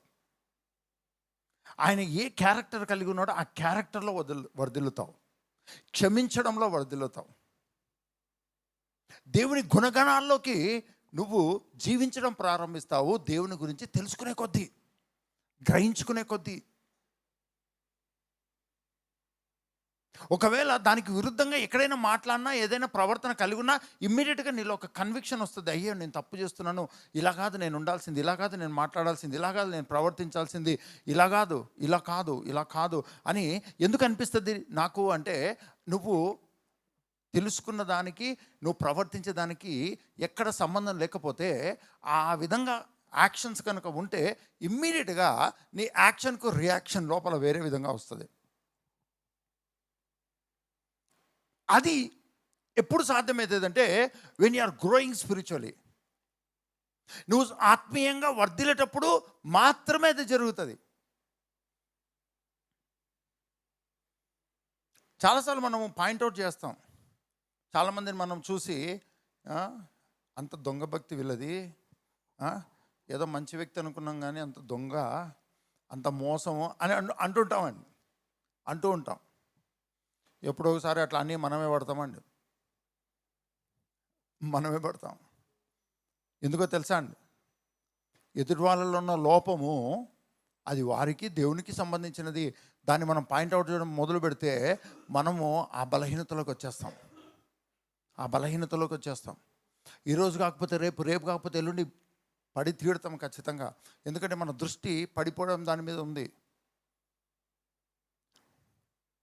ఉదయకాల దినమున నీ క్రైస్తవ జీవితంలో నువ్వు జీవించే విధానము, క్రైస్తవునిగా నువ్వు జీవించాల్సిన విధానము, ముందే తెలుసుకోవాల్సినటువంటిది, ముందనే గ్రహించాల్సినటువంటిది, ముందే జ్ఞానంలో వర్ధిల్లాల్సింది ఏంటి అంటే, శ్రమలు, కష్టాలు, శోధనలు, వ్యాధులు, రోగాలు, వీటన్నిటికి మించి దేవుని సన్నిధి, దేవుడు మాట్లాడితే వినడము అన్నటువంటి స్థితిలోకి నువ్వు రావాలి. ముందే తెలుసుకొని ఉండాలి, ఆ సందర్భం వచ్చినప్పుడు మాట్లాడాలి అని చెప్తాం. ముందే తెలుసుకోవాలి, ముందే గ్రహించి ఉండాలి. ప్రాబ్లం గురించి కాదు, ప్రభువును గురించి ముందే తెలిసి ఉండాలి. ఆయన ప్రభావం ముందే గ్రహించి ఉండాలి, ఆయన ప్రభావం ముందే ఎరిగి ఉండాలి. అది సందర్భం వచ్చినప్పుడు, అది వచ్చిన తర్వాత దానితో నువ్వు ఇలా మాట్లాడాలి. ఇది దేవుని కుమారుడు ఈ భూమి మీద జీవించాల్సినటువంటి మినిమం లైఫ్, మినిమం. అందుకని ఎవ్రీడే నీ పరిస్థితులతో సంబంధం లేకుండా నువ్వు వాక్యం చదవాలండి. ఎందుకు నువ్వు వాక్యానికి దూరం అవుతావంటే దానికి ఒకటే ఒక రీజన్ ఏంటంటే, నువ్వు వాక్యం చదివితే ముందే నాలెడ్జ్లోకి వస్తావు, గ్రహింపులోకి వస్తావు, ప్రభావాన్ని అనుభవించడంలోకి వస్తావు. శోధన వచ్చినప్పుడు వాడు ఆజ్ఞాపిస్తే నువ్వు ఆజ్ఞాపిస్తావు. ఇప్పుడు చెప్పండి, ఎవరిని ఫాలో అయినట్టు? ఈ రాళ్ళను రొట్టెలాగున్నట్లు ఆజ్ఞాపించు, నువ్వు దేవుని కుమారుని అయితే అన్నాడు. ఎంత రోషం వస్తుందండి మనకు, ఎంత పౌరుషం. నువ్వే కనుక మొగోనివి అయితే,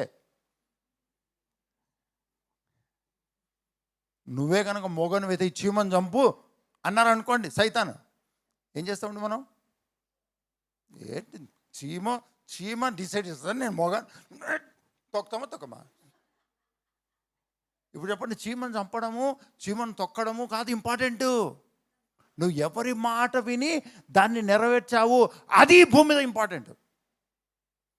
నువ్వు ఎవరి మాట విని, ఎవరి మాటకు రోషం వచ్చి, ఎవరి మాట ప్రకారము నువ్వు యాక్షన్ చేశావు, ప్రవర్తించావు, అది ఇంపార్టెంట్ దేవుని దృష్టికి.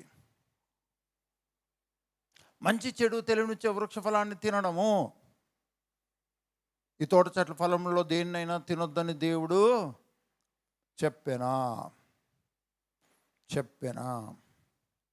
అవును, తోట మధ్యలో ఉన్నటువంటి మంచి చెడు తెలివినిచ్చే వృక్ష ఫలాన్ని తినొద్దన్నాడు.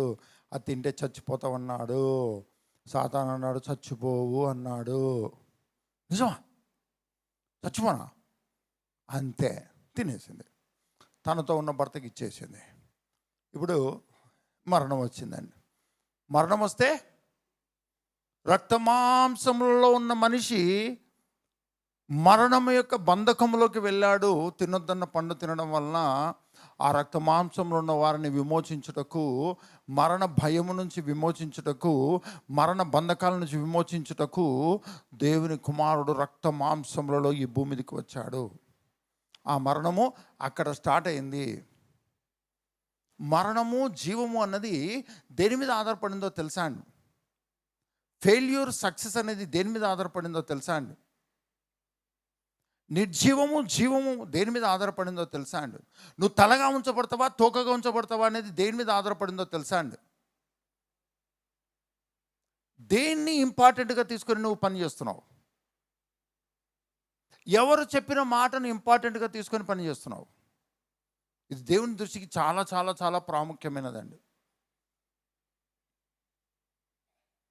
నువ్వు దేవుని కుమారుని అయితే దేవుడు నీకు తండ్రిగా, అన్నిటికంటే ఎక్కువగా నీకు అర్థం అవునట్లుగా నీవు శ్రద్ధను పెంచుకొని ఆ ప్రకారము ముందుకు వెళ్ళాలి. ఒకసారి సమూయేలులోకి వెళ్దాం. సమూయేలు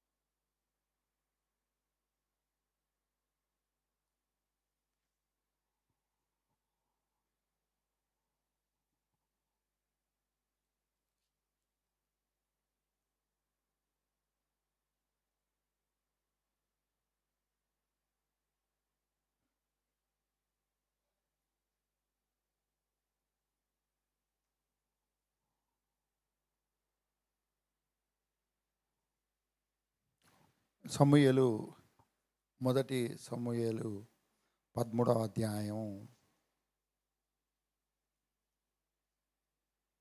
8వ వచనం నుండి చూద్దాం.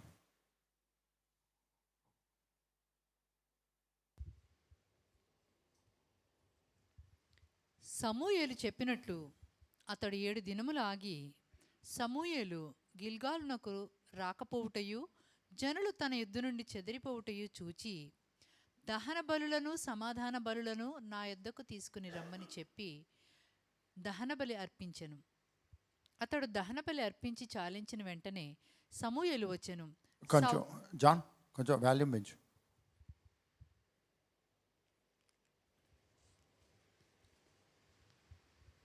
సమూయేలు చెప్పినట్టు అతడు 7 దినములు ఆగి సమూయేలు గిల్గాలునకు రాకపోవుటయు జనులు తన యొద్ద నుండి చెదిరిపోవుటయు చూచి దహన బలులను సమాధాన బలులను నా యొద్దకు తీసుకుని రమ్మని చెప్పి దహన బలి అర్పించెను. అతడు దహన బలి అర్పించి చాలించిన వెంటనే సమూయేలు వచ్చెను. సౌలు అతనిని కలుసుకొని అతనికి వందనము చేయుటకే బయలుదేరగా సమూయేలు అతనితో నీవు చేసిన పని ఏమని అడిగెను. అందుకు సౌలు జనులు నా యొద్ద నుండి చెదిరిపోవుటయు నిర్ణయ కాలమున నీవు రాకపోవుటయు ఫిలిష్తీయులు మిక్మషులో కూడియుండయి నేను చూచి ఇంకను యెహోవాను శాంతిపరచక మునిపే ఫిలిష్తీయులు గిల్గాలునకు వచ్చి నా మీద పడుదురనుకొని నా అంతట నేను సాహసించి దహన బలి అర్పించి తినెను. అందుకు సమూయేలు ఇట్లనెను, నీ దేవుడైన యెహోవా నీకిచ్చిన ఆజ్ఞను గాయకొనక నీవు అవివేకపు పని చేసితివి. నీ రాజ్యమును ఇశ్రాయేలీయుల మీద సదాకాలము స్థిరపరచుటకు యెహోవా తలచి ఉండెను. అయితే నీ రాజ్యము నిలువదు. యెహోవా తన చిత్తానుసారమైన మనస్సు గల ఒకనిని కనుగొని ఉన్నాడు. నీకు ఆజ్ఞాపించిన దానిని నీవు గైకొనకపోతివి గనుక యెహోవా తన జనుల మీద అతనిని అధిపతినిగా నియమించును. మన డేంజర్ ఆఫ్ క్రిస్టియానిటీ ఏంటంటే, మన క్రైస్తవ జీవితంలో ఉన్న డేంజర్ ఏంటంటే, నువ్వు బాప్తిసం పొందిన తర్వాత నీవు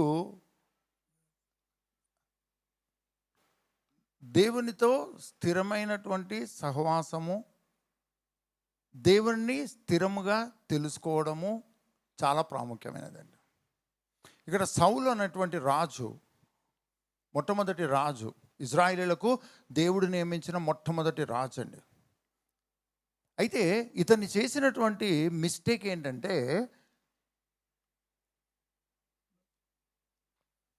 ప్రవక్త వచ్చి బలి అర్పించాలి, కానీ ప్రజలలో కలుగుతున్న అలజడి, శత్రువు వచ్చి దాడి చేస్తాడు అన్నటువంటి అలజడిలో ఆయనకు చెప్పినటువంటిది కాకుండా తన సొంతంగా చేశాడండి. ఇన్ఫ్లుయెన్స్ చేయబడ్డాడు, పరిస్థితుల చేత, మనుషుల చేత, శత్రువు చేత ప్రభావితం చేయబడ్డాడు. సేమ్ ఇదే ప్రభావము యేసయ్య మీదకి కూడా వచ్చింది. ఇలానే ప్రభావితం చేయబడ్డాడు. ఆదామవ్వ దగ్గర కూడా సైతాను అలానే వచ్చి ప్రభావితం చేశాడు, మాటల చేత ప్రభావితం చేశాడు. కానీ అందరూ పడిపోతూ వచ్చారు, కానీ యేసయ్య మాత్రం పడిపోలేదు. గట్టిగా హల్లెలూయా చెప్తామండి. అందరూ పడిపోయారు కానీ యేసయ్య మాత్రం పడలేదు. ఎందుకు పడలేదు? ఎందుకు పడలేదంటే, కుమారుడు, అందరూ చెప్పండి, కుమారుడు అనగా ఎలా ఉండాలంటే, ముందే తండ్రి సన్నిధి, తండ్రి ప్రభావము, తండ్రి మహిమ, తండ్రి శక్తి, తండ్రి ఏం చెప్తాడో అది చేయడము, అది మాత్రమే జీవముగా భావించాడు. ఇప్పుడు సాతాను వచ్చి ఇన్ఫ్లుయెన్స్ చేసినా, మనుషులు ప్రభావితం చేసినా, ఏ పరిస్థితులు ప్రభావితం చేసినా, ఏదొచ్చి తొందర పెట్టినా,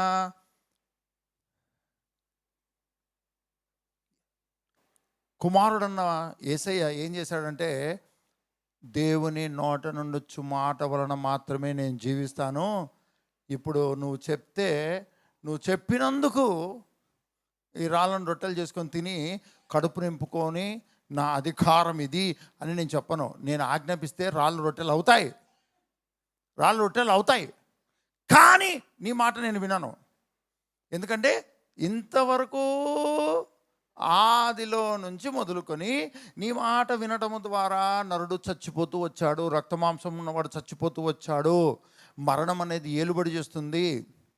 దేవుని యొద్ద నుంచి దూరం చేసే మరణము, దేవుని సన్నిధిని అనుభవించలేని మరణము, దేవుని హృదయంలో ఉన్న సంగతులు గ్రహించలేని మరణము ఏలుతూ వచ్చింది మనుషులను. కానీ నేను అటువంటి మనిషిని కాదు. నేను దేవుని కుమారుణ్ణి. నేను ప్రభావితం చేయబడేది, నేను పులకరించిపోయేది, నేను సంతోషించేది, నేను ఆనందించేది, నేను దుఃఖపడేది కేవలము నా తండ్రే, ఆయన చెప్పిన మాటనే. ఇది నన్ను ఎంత మాత్రం ప్రభావితం చేయలేదు. ఎస్, నాకు అధికారం ఉంది.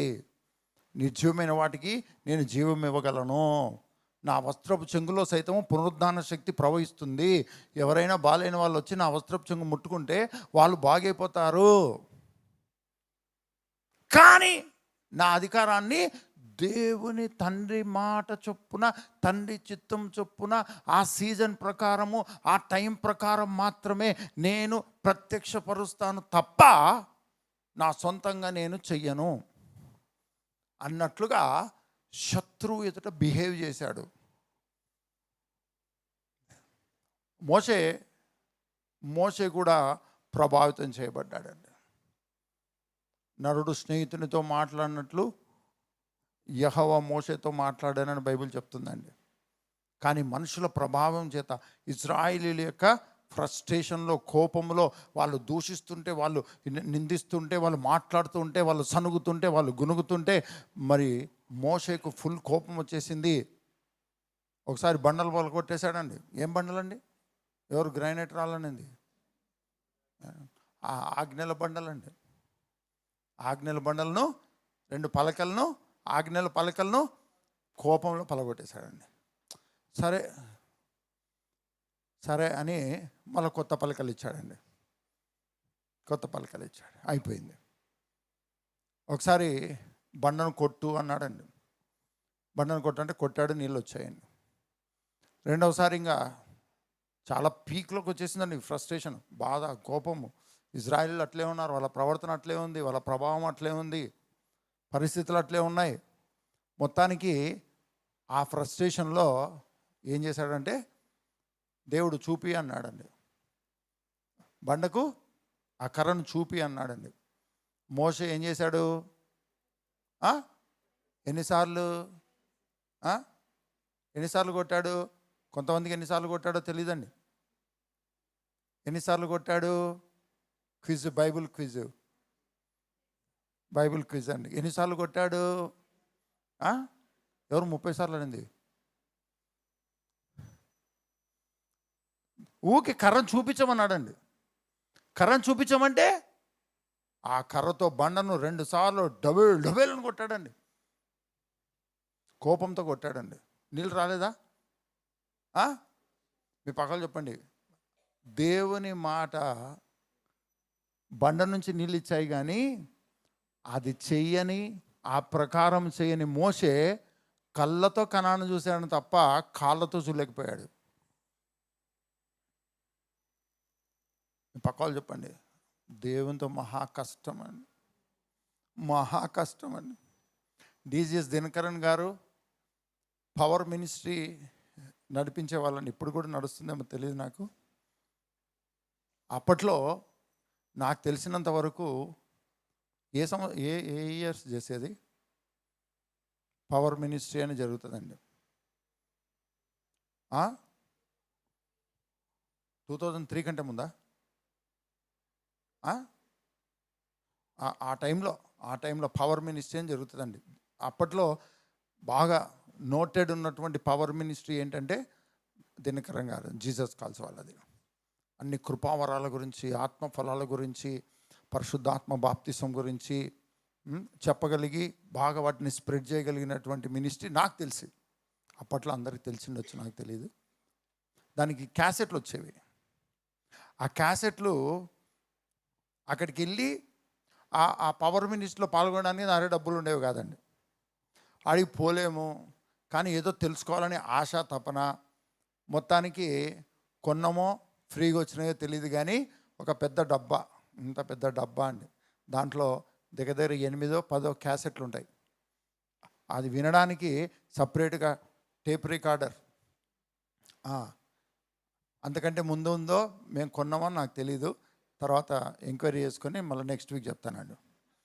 అయితే వినడం మొదలుపెట్టానండి. వినడం మొదలుపెట్టి డీజీఎస్ దినకరన్ గారు ఏమన్నారో తెలుసా అండి?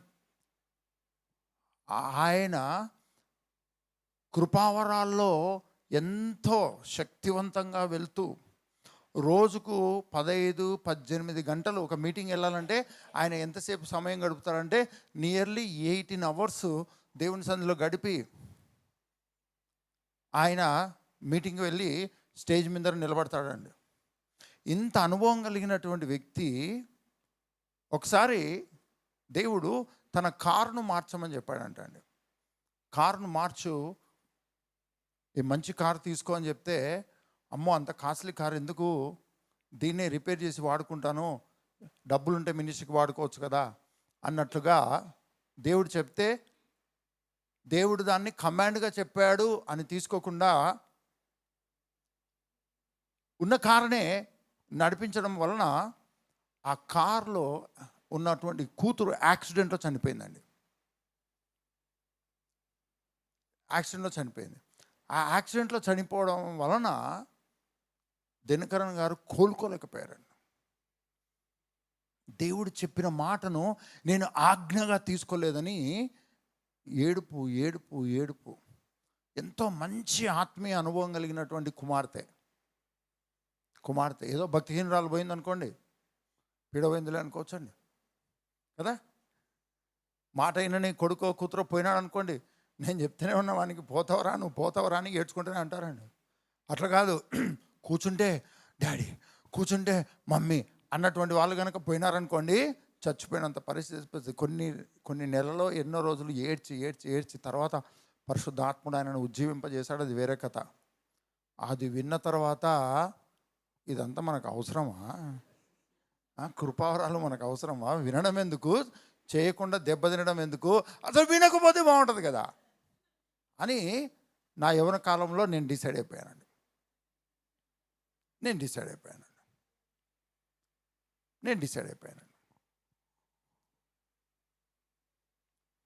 జెస్సీ పెళ్ళైన తర్వాత కాదురా, పెళ్ళైన తర్వాత మనం వెళ్ళాలనుకున్నాం.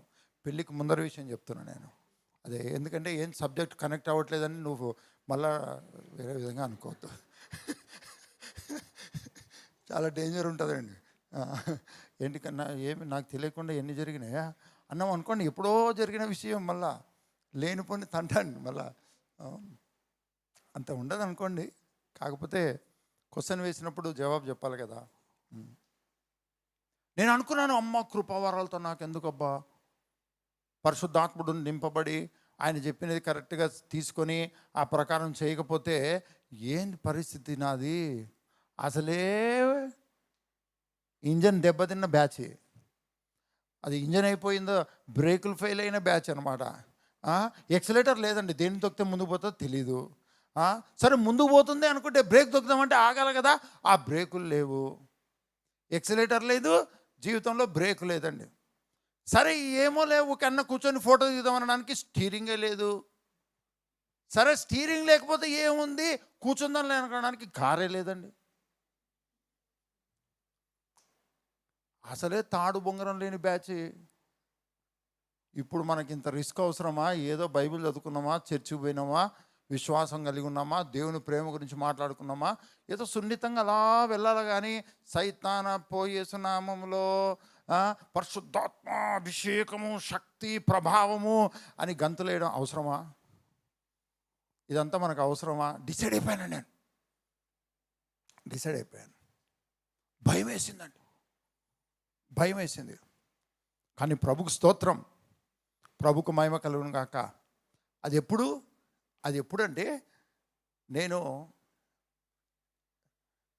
ఇంటర్ ఫెయిల్ అయిపోయి గ్యాపులు దొరుకుతుంది కదా, టైం దొరుకుతుంది కదా, అది లాగుతుంటే అది రాదు, మన బలం సరిపోదు, అదేమో పెద్ద కొండ.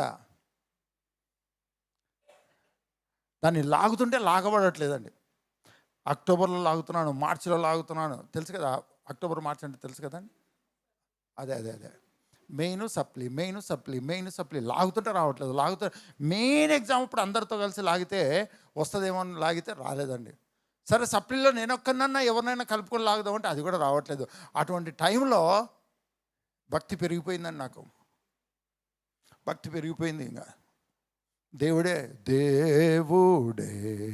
నాకాశ్రయంబు దివ్యమైన దుర్గము అభయమా. అప్పట్లో ఫేమస్ సాంగ్ అండి అది, ఇప్పట్లో కూడా. ఆనందమాను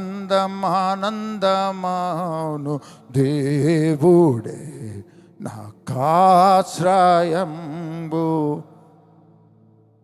చూడండి, మీరు ఎవరు పాడలేరండి, తెలీదు, మీకు తెలీదు. మా కాలం అంతా వేరండి. అయితే అటువంటి టైంలో దేవుని మీద ప్రేమ, ఏదో తెలుసుకోవాలనే తపన. అటువంటి టైంలో ఈ పవర్ మినిస్ట్రీకి సంబంధించిన క్యాసెట్లు విన్న తర్వాత మొత్తం గాలి తీసేసిన బెలూన్ లాగా అయిపోయిందండి జీవితం. వద్దురా బాబు, ఎందుకు వచ్చిన బాధ ఇది. ఆల్రెడీ జీవితం లాక్కోలేక పీక్కోలేక అల్లాడుతున్నాము. మళ్ళీ ఏం చేయాలో అర్థం కానటువంటి ఫెయిల్యూర్ లైఫ్లో ఉన్నాను. మళ్ళీ ఇప్పుడు ఇదంతా అవసరమా? మా తాతయ్యని చూస్తేనేమో తొక్కు తొక్కు తొక్కు, సైతాన్ని తొక్కు, సైతాన్ని తొక్కు అనిపిస్తుంది. మళ్ళీ బయటికి రాగానే అది నన్ను తొక్కితే అని ఎందుకు అనవసరంగా ఈ తొక్కుడు ప్రోగ్రాము ప్రేయర్ చేసుకుంటే అయిపోతుందండి. ప్రభా నీకు స్తోత్రం, ఏసునామం నడుచున్నాము తండ్రి, ఆమెన్. దేవుడు విన్నాడా లేదో మనకెందుకండి? మన కష్టం చెప్పుకున్నాం, దేవుడు విన్నాడా లేదో మనకెందుకు తంట? మధ్యలో సైతాన్ వచ్చి ఎంటర్ అయ్యి దేవునితో మాట్లాడతావా, నీ అంతు చూస్తాను, సైతాన్తో శత్రుత్వం ఎందుకండి? ఇలాగా డ్రాప్ అయ్యి ఆత్మీయ జీవితంలో వెనక్కి వెనక్కి వెనక్కి వెనక్కి రావడం స్టార్ట్ అయిందండి. అసలు దేనికి భయపడాలి తెలీదు, ఏది ఇంపార్టెంట్గా తీసుకోవాలి తెలియదండి. కానీ దేవుని నోట నుండొచ్చు మాట వలన జీవించడము అన్నదే క్రిస్టియానిటీ అన్న విషయమే తెలీదు. ప్రభుకు స్తోత్రం. ఇలా ఉండగా అప్పట్లో ఫెయిల్ అయిన నేను తర్వాత పరిశుద్ధాత్మతో నింపబడ్డాను, కృపావరాలు. దేవుడు భయపడి వెనక్కి అడుగు వేసిన నన్ను మంచి ఆత్మీయంగా కలిగిన దైవజనులకు తీసుకెళ్ళాడండి. Full of holy spirit, full of power. భయపడడం గురించి, పడిపోవడం గురించి భయపడాల్సిన పనే లేదు అని నేర్పించేటువంటి మంచి దైవజనులు, భయపించే దైవజనులు కాదండి, మంచిగా ప్రోత్సహించి పడిపోతే సైతం నిలబడి ఆ నిలబెట్టే దైవజనుల దగ్గరికి పంపించాడండి, కనెక్ట్ చేశాడు ప్రభువు. అంతే, వాళ్ళతోనే నడిచి వాళ్ళ జీవితాన్ని చూసి మళ్ళా ధైర్యం వచ్చేటట్టు చేశాడు ప్రభువు. పరిశుద్ధాత్మతో నింపబడ్డాను, కృపావరాలు. మొట్టమొదట సైతాన్ని నిలగొట్టిన అనుభవం నేను చెప్పాలా వద్దా? టైం ఉందా లేదా? మీకు లేకపోయినా చెప్తా. నేను చెప్పాలని డిసైడ్ అయ్యాను. మీరు అనుకున్నారు చెప్దామా, మనం డిసైడ్ చేద్దాంలే అనుకున్నారండి, కుదరదు అట్లా. నేను నిలబడ్డాను, మీరు కూర్చున్నారు అంతే. మీరు కూడా నిలబడండి, నేను కూడా సెల్యూట్ కొడతా, ఎందుకంటే ఇది దేవుని స్థానం. హల్లెలూయా. ఫస్ట్ సైతాన్ని నిలగొట్టడం ఎట్లా తెలుసా అండి? నేను ఒక ఇంటికి వెళ్ళానండి, ఇక్కడే కొంచెం ఈ గల్లీకి వెళ్తే కొంచెం ముందర ఒక ఇల్లు ఉంటుంది, ఆ ఇంట్లో బ్యాచులర్స్ ఉండేవాళ్ళండి. వెళ్ళాను, మాట్లాడుతున్నాను, దేవుని మాటలు చెప్పాను, అన్నీ చెప్పాను. ఒక బ్రదర్ అన్నాడు, మీకు ప్రేయర్ మీటింగ్ ఉందని పోతామన్నావు కదా అన్నాడు. తర్వాత పోతానన్నాను. నాకు డౌట్ వచ్చిందండి, నాకు ప్రేయర్ మీటింగ్ ఉన్న విషయం ఇతనికి ఎట్లా తెలుసు అని. సరే అని ప్రార్థన చేద్దాం అన్నాను. సరే ప్రేయర్ చేద్దామని కళ్ళు మూసుకొని రబా షఖారాల రబా అంటే ఆ పక్కన ఉన్న వ్యక్తి 2 చేతులు ఎత్తి హల్లెలూయా అనడం మొదలు పెట్టాడు. కానీ ఆ హల్లెలూయా అనడంలో తేడా కనపడుతుంది. ఏంటా మొత్తం హల్లెలూయా బ్యాచే మనది, మనం ఉన్న ముగ్గురము హల్లెలూయా బ్యాచే, కానీ ఈ హల్లెలూయా కొత్త హల్లెలూయా లాగా కనపడుతుంది ఏంటి అని చిన్నగా కళ్ళు తెరిచి చూశానండి. మొహమంతా వికృతంగా ఉందండి, చేతులెత్తి హల్లెలూయా అంటున్నాడండి. నాకు అర్థమైపోయింది, ఇదేదో తేడా బ్యాచ్ ఉంది, ప్రభువా నీకు స్తోత్రం నాయన, సైతాన్ ఉంటే మాత్రం బయటపడేటట్టు చేయొద్దు నాయన. ఇప్పుడు నేను ఈ పోరాటం నేను పోరాడలేను, వేరే చోటికి పేరుకి వెళ్ళాలి. అసలు ఎంత పెద్ద సైతానో నాకు కనబడట్లేదు, ఆయన సైతాన్ని చూడాల్సిన అవసరం లేదు అని అనుకుంటున్నాను మనసులో. ఫస్ట్ ఎక్స్పీరియన్స్ అండి. ఆయన ప్రభా నీ సన్నిధి నాకు కావాలా, కానీ ప్రభా ఈ సైతాన్ సన్నిధి వద్దు ప్రభా ఇక్కడ అని లోపల అనుకుంటున్నాను. అంటుండగానే బయటకు వచ్చిందండి సైతాన్. నువ్వు వెళ్తే విన్ని తీసుకుపోదాం అనుకుంటే నువ్వు పోవట్లేదు అని మొదలుపెట్టిందండి సైతాన్. ఇంకా చూడండి ఎక్కడి నుంచి వచ్చిందో ధైర్యం. నేను ఉండగా నువ్వు ఎట్ట తీసుకుపోతావు చూస్తాను నేను. లేదు నువ్వు పోతే నేను తీసుకుపోతా అంటుంది. లేదు నేను పోను, నిన్ను తీసుకుపోని అని అంటున్నానండి. అది అట్లా అంటుంది, ఇది అట్లా ఉంటుంది, నేను ఇట్లా అంటున్నాను, అది అట్లా అంటుంది, ఇట్లా అంటున్నా అట్లా అంటున్నాను. ఏం చేయాలో నాకు అర్థం కాలేదండి. దేవుని స్వరం ఎక్కడ పోయిందో తెలియదండి నాకు. అసలు విశ్వాసం మొత్తం డ్రై అయిపోయింది. అసలు సైతాన్ని ఎట్లా వెళ్ళగొట్టాలో నాకు అర్థం కావట్లేదు. వాడేమో నువ్వు పోతే నేను వీడిని తీసుకుపోతానంటున్నాడండి. ఇదే డైలాగు, వాన్ డైలాగ్ అదే, నా డైలాగ్ ఇదే, వాన్ డైలాగ్ అదే, నా డైలాగ్ ఇదే. ఏం చేయాలో అర్థం కాక, బ్రదర్ ఇతన్ని చూసుకొని నేను ఇప్పుడే వస్తానని ఫోన్ చేసినాను ఒక సేవకునికి. అన్న ఇక్కడ సైతాన్ బయటకు వచ్చింది, ఏం చేయాలా అని చెప్పాను డైలాగు. వాడు ఇట్లా అంటున్నాడు, నేను ఇట్లా అంటున్నాను. ఆయన ఇంకా ఏం చెప్తాడో, ఎస్ నామంలో వాడిని ఫోన్ నేను వెళ్ళగొడతాను అంటాడేమో అనుకున్నానండి నేను. నువ్వేం చేస్తావంటే నువ్వు వెళ్ళిపో అన్నాడండి. నన్ను పోమన్నాడు. నువ్వు సైతాన్తో ఎప్పుడు వాదలాడద్దు, యేసు నామములో పో అని చెప్పి నువ్వు వెళ్ళిపో. ఎందుకంటే నువ్వు ఉండడము నువ్వు పోవడం కాదు, యేసు నామంలో ఉన్న అధికారానికి వాడు లోబడి తీరాల్సిందే, అది నమ్ము. ఒక్క మాట చెప్పాడండి. ఇంకా చూడండి నాకు ఎక్కడలేని ధైర్యం వచ్చింది, సైతాన్ పో యేసు నామంలో అని నేను వెళ్ళిపోయానండి. ఇంకా గబగబ వచ్చేసానండి. ఇంకా తర్వాత 2-3 రోజుల వరకు ఫోన్ చేయలేదండి. అసలు ఏం న్యూస్ వస్తుందో ఇంకా తను వాడు చచ్చిపోయినాడా ఇంకా. అసలు దగ్గరండి, ఇంటికి దగ్గర. అసలు ఇంక పరిస్థితి ఇంకా దారుణంగా ఉంది. ఎంత ఇన్సల్ట్గా ఉందంటే అంత ఇన్సల్ట్గా ఉంది. సైతాన్న పో అంటే పోలేదు, వాడు మాట్లాడుతున్నాడు అంటే ఎంత ఇన్సల్ట్ అండి. నేనేం చూసానో తెలుసా అండి, మా తాతయ్య యేసునామంలో కూడా కాదు అనగానే పోయేదండి సైతాను. ఇప్పుడు మా తాతలాగా గడ్డం పెంచాలంటే అవుతుందా?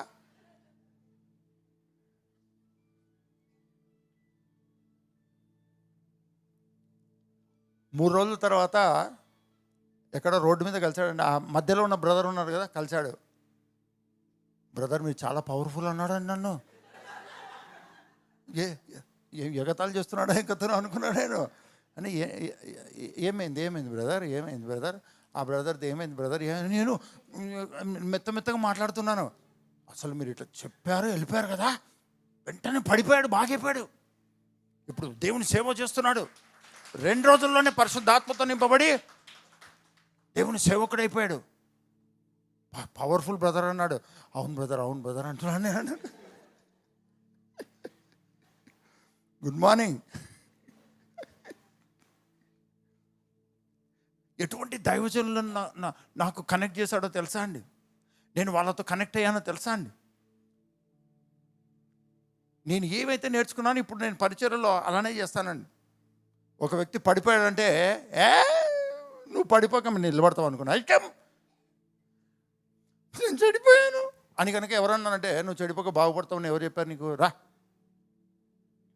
ఏం చేసినా సక్సెస్ అవ్వలేకపోతున్నావు. నువ్వు సక్సెస్ అవుతావు ఎవరు చెప్పారు? బైబిల్ చెప్పిందా నువ్వు సక్సెస్ అవుతావని? నువ్వే సక్సెస్ అయిపోయినైతే యేసుప్రభు ఎందుకు రావాలి? రా. ఇలాగ దైవజనులు నన్ను దగ్గరికి తీసి వాళ్ళ సొంత బిడ్డల కంటే ఎక్కువగా నన్ను ప్రేమించి నాకు బోధించి పరిశుద్ధాత్మ అనుభవంలో నన్ను గొప్ప చేయడం ప్రారంభించారండి. హల్లెలూయా. ప్రభుకు స్తోత్రం, ప్రభుకు మహిమ కలుగును గాక. నిజంగా ఆ దైవజనులందరిని బట్టి నేను దేవునికి ఎప్పుడు కృతజ్ఞత తెలియజేస్తున్నాను. దేవుడు వారికి పరలోకంలో ఉన్న ఇక్కడున్న ఘనముగా ఉందురుగాక. హల్లెలూయా. ప్రభుకు స్తోత్రం. ఒకే ఒక విషయము మనము చివరిగా తెలుసుకోవాలి. అదేంటంటే మీ పక్కలో చెప్పండి, అన్నీ మానేయి, ప్రయాసపడడం మానేయి. నువ్వు పడాల్సిన ప్రయాస ఏంటో తెలుసా? ఈ ప్రింటెడ్ ఫార్మాట్లో ఉన్నటువంటి దేవుని మాటలను శ్రద్ధగా లోపలికి పంపించుకో. అప్పుడు జీవము గల దేవుడు, జీవాధిపతి అయిన దేవుడు నీలో నివసించుచున్న పరిశుద్ధాత్మని కదలికలు నీకు అర్థమవుతాయి, ఆయన మూమెంట్స్ నీకు అర్థమవుతాయి, ఆయన వైబ్రేషన్స్ నీకు అర్థమవుతాయి, ఆయన ప్రభావం నీకు అర్థం అవడం ప్రారంభమవుతుంది.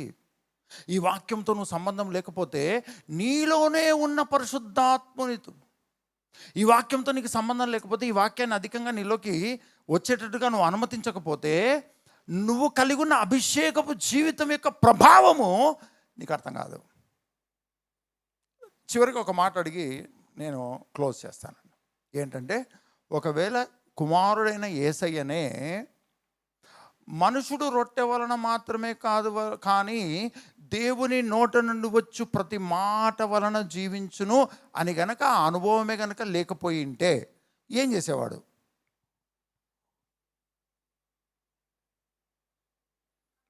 సాతాడు చెప్పినట్టు ఆజ్ఞాపించేవాడా కదా? ఆజ్ఞాపిస్తే ఆ రాళ్ళు రొట్టెలు అయ్యేవే కదా? అవుతాయా అవ్వవా? కానీ ఎవరి దృష్టికి పడిపోతాడు? ఆది నుంచి అపవాది కుట్ర ఇదే. నువ్వు ఆజ్ఞాపిస్తే జరగడం కాదు ఇంపార్టెంటు, ఎవరి మాట ప్రకారము నువ్వు ఆజ్ఞాపిస్తున్నావు, ఎవరి మాట ప్రకారము నువ్వు ప్రొసీడ్ అవుతున్నావు,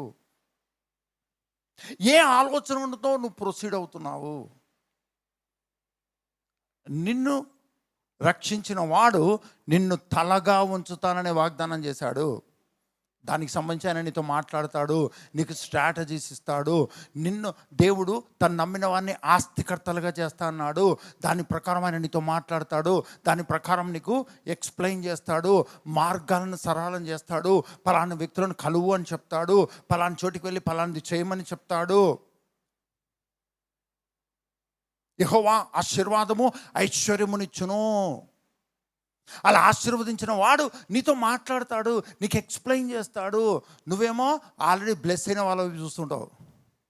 వాళ్ళలాగా నేను బ్లెస్ అవుతాను, వాళ్ళని ఎలా ఫాలో అవ్వాలి. మీ పక్కన చెప్పండి, నీ కథ వేరు, నీ కథ వేరు, నీ కథ వేరు. నీ ద్వారా ఒక హిస్టరీని క్రియేట్ చేయాలనుకున్నాడు దేవుడు. చర్చిలో ఉన్న ప్రతి క్రైస్తవుడు ఒక హిస్టరీ క్రియేటర్గా ఉన్నాడు. హల్లెలూయా. మీ పక్కన వాళ్ళు ఏ అనుకుంటే నువ్వు కూడా ఏ అవ్వవు, నువ్వు బి. ఆ పక్కన ఉన్న వ్యక్తి సి. చర్చి మొత్తం ఏ టు జెడ్. ఏ మాదిరి బి ఉండదు, ఏ మాదిరి బిని రాయము, బి మాదిరి సి రాయము. ఏదైనా ఒకలాగా ఉందా చెప్పండి? ఒక అక్షరం అన్న ఒక అక్షరం లాగా ఉందా? అది క్రిస్టియానిటీ. దేవుని సంతానంగా నువ్వు ఒక హిస్టరీ మేకరువు, హిస్టరీ క్రియేటరువు. దాని కొరకు ఆయన వే మేకర్ అయి ఉన్నాడు. హిస్టరీ క్రియేటర్గా నువ్వు అవ్వడం కొరకు ఆయన వే మేకర్గా ఉన్నాడు. హల్లెలూయా. అన్ని నామముల కన్నా పైనామని హిస్టరీని క్రియేట్ చేసిన వాడు తండ్రి అయిన దేవుడు మాట్లాడుతున్నాడు. దేవుని కుమారుడు తండ్రి ఏమి చేయుట కుమారుడు చూస్తున్నాడో అదే, కానీ తనంతట తాను ఏది చెయ్యనేరడో తండ్రి ప్రేమించి తన కుమారునికి సమస్తమును అగుపరుచుచున్నాడు. హల్లెలూయా. ఈరోజు నుంచి అయినా బుక్ ముందర వేసుకో, బుక్ ముందర వేసుకో. మోకాళ్ళ మీద ఉంటావా, పడుకొని చదువుతావా, సాగిల పడి చదువుతావా, కళ్ళు మూసుకొని చదువుతావా, కళ్ళు తెరుచుకొని చదువుతావా, చెవులో దూది పెట్టుకొని చదువుతావా, చెవులో దూది తీసి చదువుతావా, వెల్లెళ్ళక పడుకొని చదువుతావా, బోర్ల పడుకొని చదువుతావా, ఎట్లనైనా చదువు. కానీ ఈ అక్షరాలు నీ లోపలికి పోవాలి. ఎందుకో తెలుసా అండి? ఈ అక్షరము ఆల్రెడీ జీవాధిపతి యొక్క సన్నిధి, జీవాధిపతి యొక్క స్వరము, సన్నిధి స్వరము ఈ వాక్యంలోనే ఉంది. ఈ సన్నిధి స్వరము అయినటువంటి ఆత్మయు జీవమైనటువంటి వాక్యాన్ని నీ లోపలికి పంపిస్తూ ఉంటే నీలో నుంచి అభిషక్తుని జీవితం మేనిఫెస్ట్ అవుతుంది. అభిషక్తునితో నీకున్న సంబంధము మేనిఫెస్ట్ అవుతుంది. ఆ సహవాసం మేనిఫెస్ట్ అవుతుంది. ఆ వినడం అనేది మేనిఫెస్ట్ అవుతుంది. ఆ ఆలోచన తీసుకోవడం అనేది ప్రత్యక్షపరచబడుతుంది. ఒక్కరోజు బైబిల్ 10 అధ్యాయాలు చదివి 10 రోజులు జిమ్కి వెళ్ళి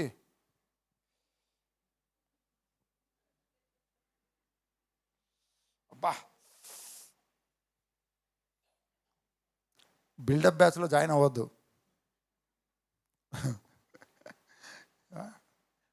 జిమ్ము పోతే చాలండి, జమ్ముల్లాగా నడక మారిపోతుంది. ప్రభుకి స్తోత్రం. స్థిరముగా స్థిరముగా స్థిరముగా స్థిరముగా స్థిరముగా స్థిరముగా పరిస్థితులతో దేంతో సంబంధం లేకుండా స్థిరముగా స్థిరముగా స్థిరముగా ఆ వాక్యము వాక్యము వాక్యము వాక్యము.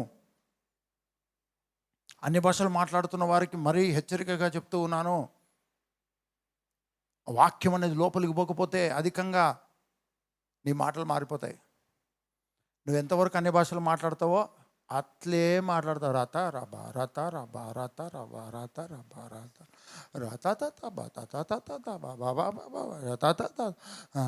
రత ఇంతే ఉంటుంది కథ. కాదు, ఈ వాక్యం లోపలికి పోయే కొద్దీ new new new new new new things అనేవి ఆపరేట్ అవుతాయి, కొత్త కొత్త రెవల్యూషన్స్ ఫ్లో అయిపోతాయి. ఈ దేవుని వాక్యము లోతుగా నువ్వు అర్థం చేసుకోవడం ప్రారంభిస్తావు. హల్లెలూయా. ఇది ఎంతగా లోతుగా నీకు అర్థమవుతుందో అంతగా ఈ వాక్యం ఎవరిది? ఆ దేవుడు నీకు అర్థమవడం ప్రారంభిస్తే నువ్వు సింపుల్గా నీకు అర్థమవుతుంది. సాతాను క్రియలు సింపుల్గా అర్థమవుతుంది. ఓ వీడిక్కడ స్కెచ్ చేశాడా, ఈజీగా అర్థమైపోయింది. ఏసైకు ఈజీగా అర్థమైపోయింది. ఎందుకు? ఆది యందు వాక్యం ఉండెను, వాక్యము దేవుని యొద్ద ఉండెను, వాక్యమే దేవుడై ఉండెను, ఆయన లేకుండా ఏమీ కలగలేదు. వాక్యము ద్వారా సమస్తమును నిర్మించబడెను, అది కనబడే పదార్థముల చేత నిర్మించబడలేదు, వాక్యము చేత సమస్తము సృష్టించబడెను.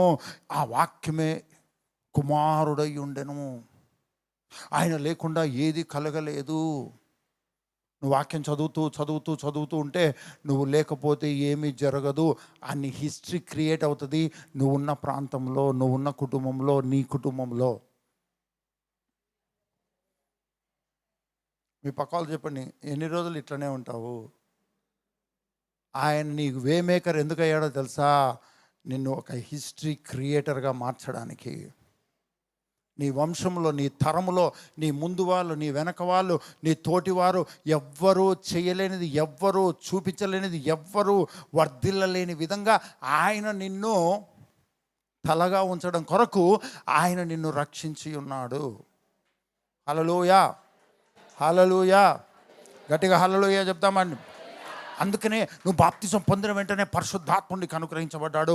ఈరోజు బాప్తిజం పొందిన వెంటనే అపోస్తల కార్యములు 3వ అధ్యాయము 38వ వచనము ఎవరు చూడకండి, నేను చెప్తా.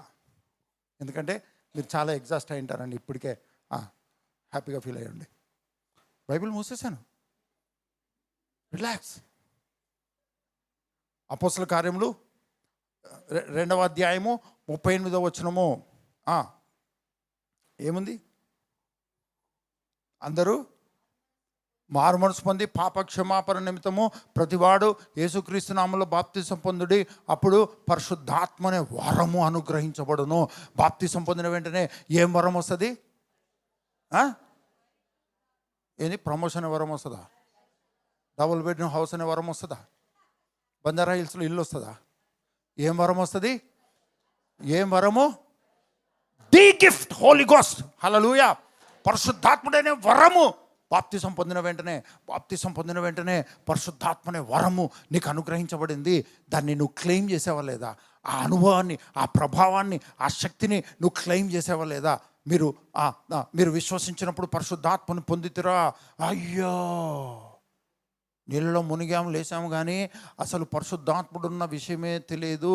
మరి ఎందుకు బాప్తిసం పొందారు?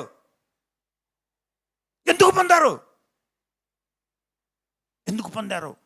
పరిశుద్ధాత్మని గురించిన ఆలోచన లేకుండా ఎందుకు బాప్తిసం పొందారు? ఎందుకు నీళ్ళలో దిగి, ఎందుకు నీళ్ళలోంచి బయటకు వచ్చారు? క్రీస్తులోనికి బాప్తిసం పొంది క్రీస్తుని ధరించుకున్నాను అని నమ్ముతున్న నీ జీవితంలో పరిశుద్ధాత్ముడు అన్న ప్రభావం అనుభవించకపోతే నువ్వెందుకు క్రీస్తులోనికి బాప్తిసం పొంది క్రీస్తుని ధరించుకున్నావు అని నమ్ముతున్నావు? ఎందుకు అని పౌలు భక్తుడు అడిగితే, అయ్యో పరిశుద్ధాత్ముడు ఉన్నాడన్న సంగతే మాకు తెలియదు పౌలు అన్నా అనేసరికి, రండి పరిశుద్ధాత్మతో నింపబడడానికి ఇప్పుడు బాప్తిసం ఇస్తానని చెప్పి బాప్తిసం ఇవ్వగానే పరిశుద్ధాత్మతో నింపబడ్డారు. హల్లెలూయా, ప్రభుకు స్తోత్రం. ఇది సంఘం, ఇది క్రైస్తవ జీవితం, ఇది మన జీవితం. హల్లెలూయా. మీ పక్క వాళ్ళతో చెప్పండి, ఫ్రిడ్జ్లో చెప్పండి రెఫ్రిజిరేటర్లో టమాటా పెన్నులు పెట్టి సంవత్సరం తర్వాత తీస్తే ఎట్లుంటాయి?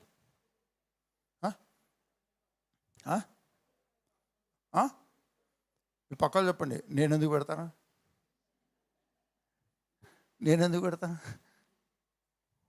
మనకు అన్ని జ్ఞానాలు ఉంటాయండి. బాప్తిసం పొంది పరిశుద్ధాత్ముడు నాలో ఉన్నాను తెలిసినా ఆ పరిశుద్ధాత్ముడు ఏం చేస్తున్నాడు అన్న విషయం గ్రహింపు లేకుండానే కష్టాల్లో ప్రార్థన చేస్తే, శ్రమల్లో ప్రార్థన చేస్తే, ఫెయిల్యూర్లో ప్రార్థన చేస్తే, నా దీపము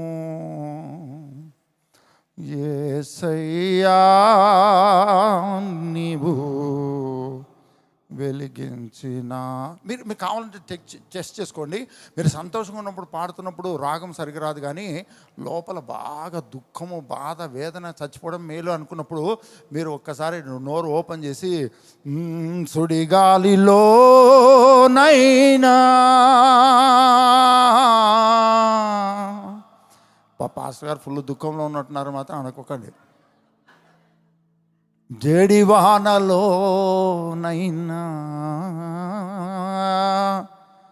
ఆరిపోదులే నీవు వెలిగించిన దీపము, నీవు వెలిగించిన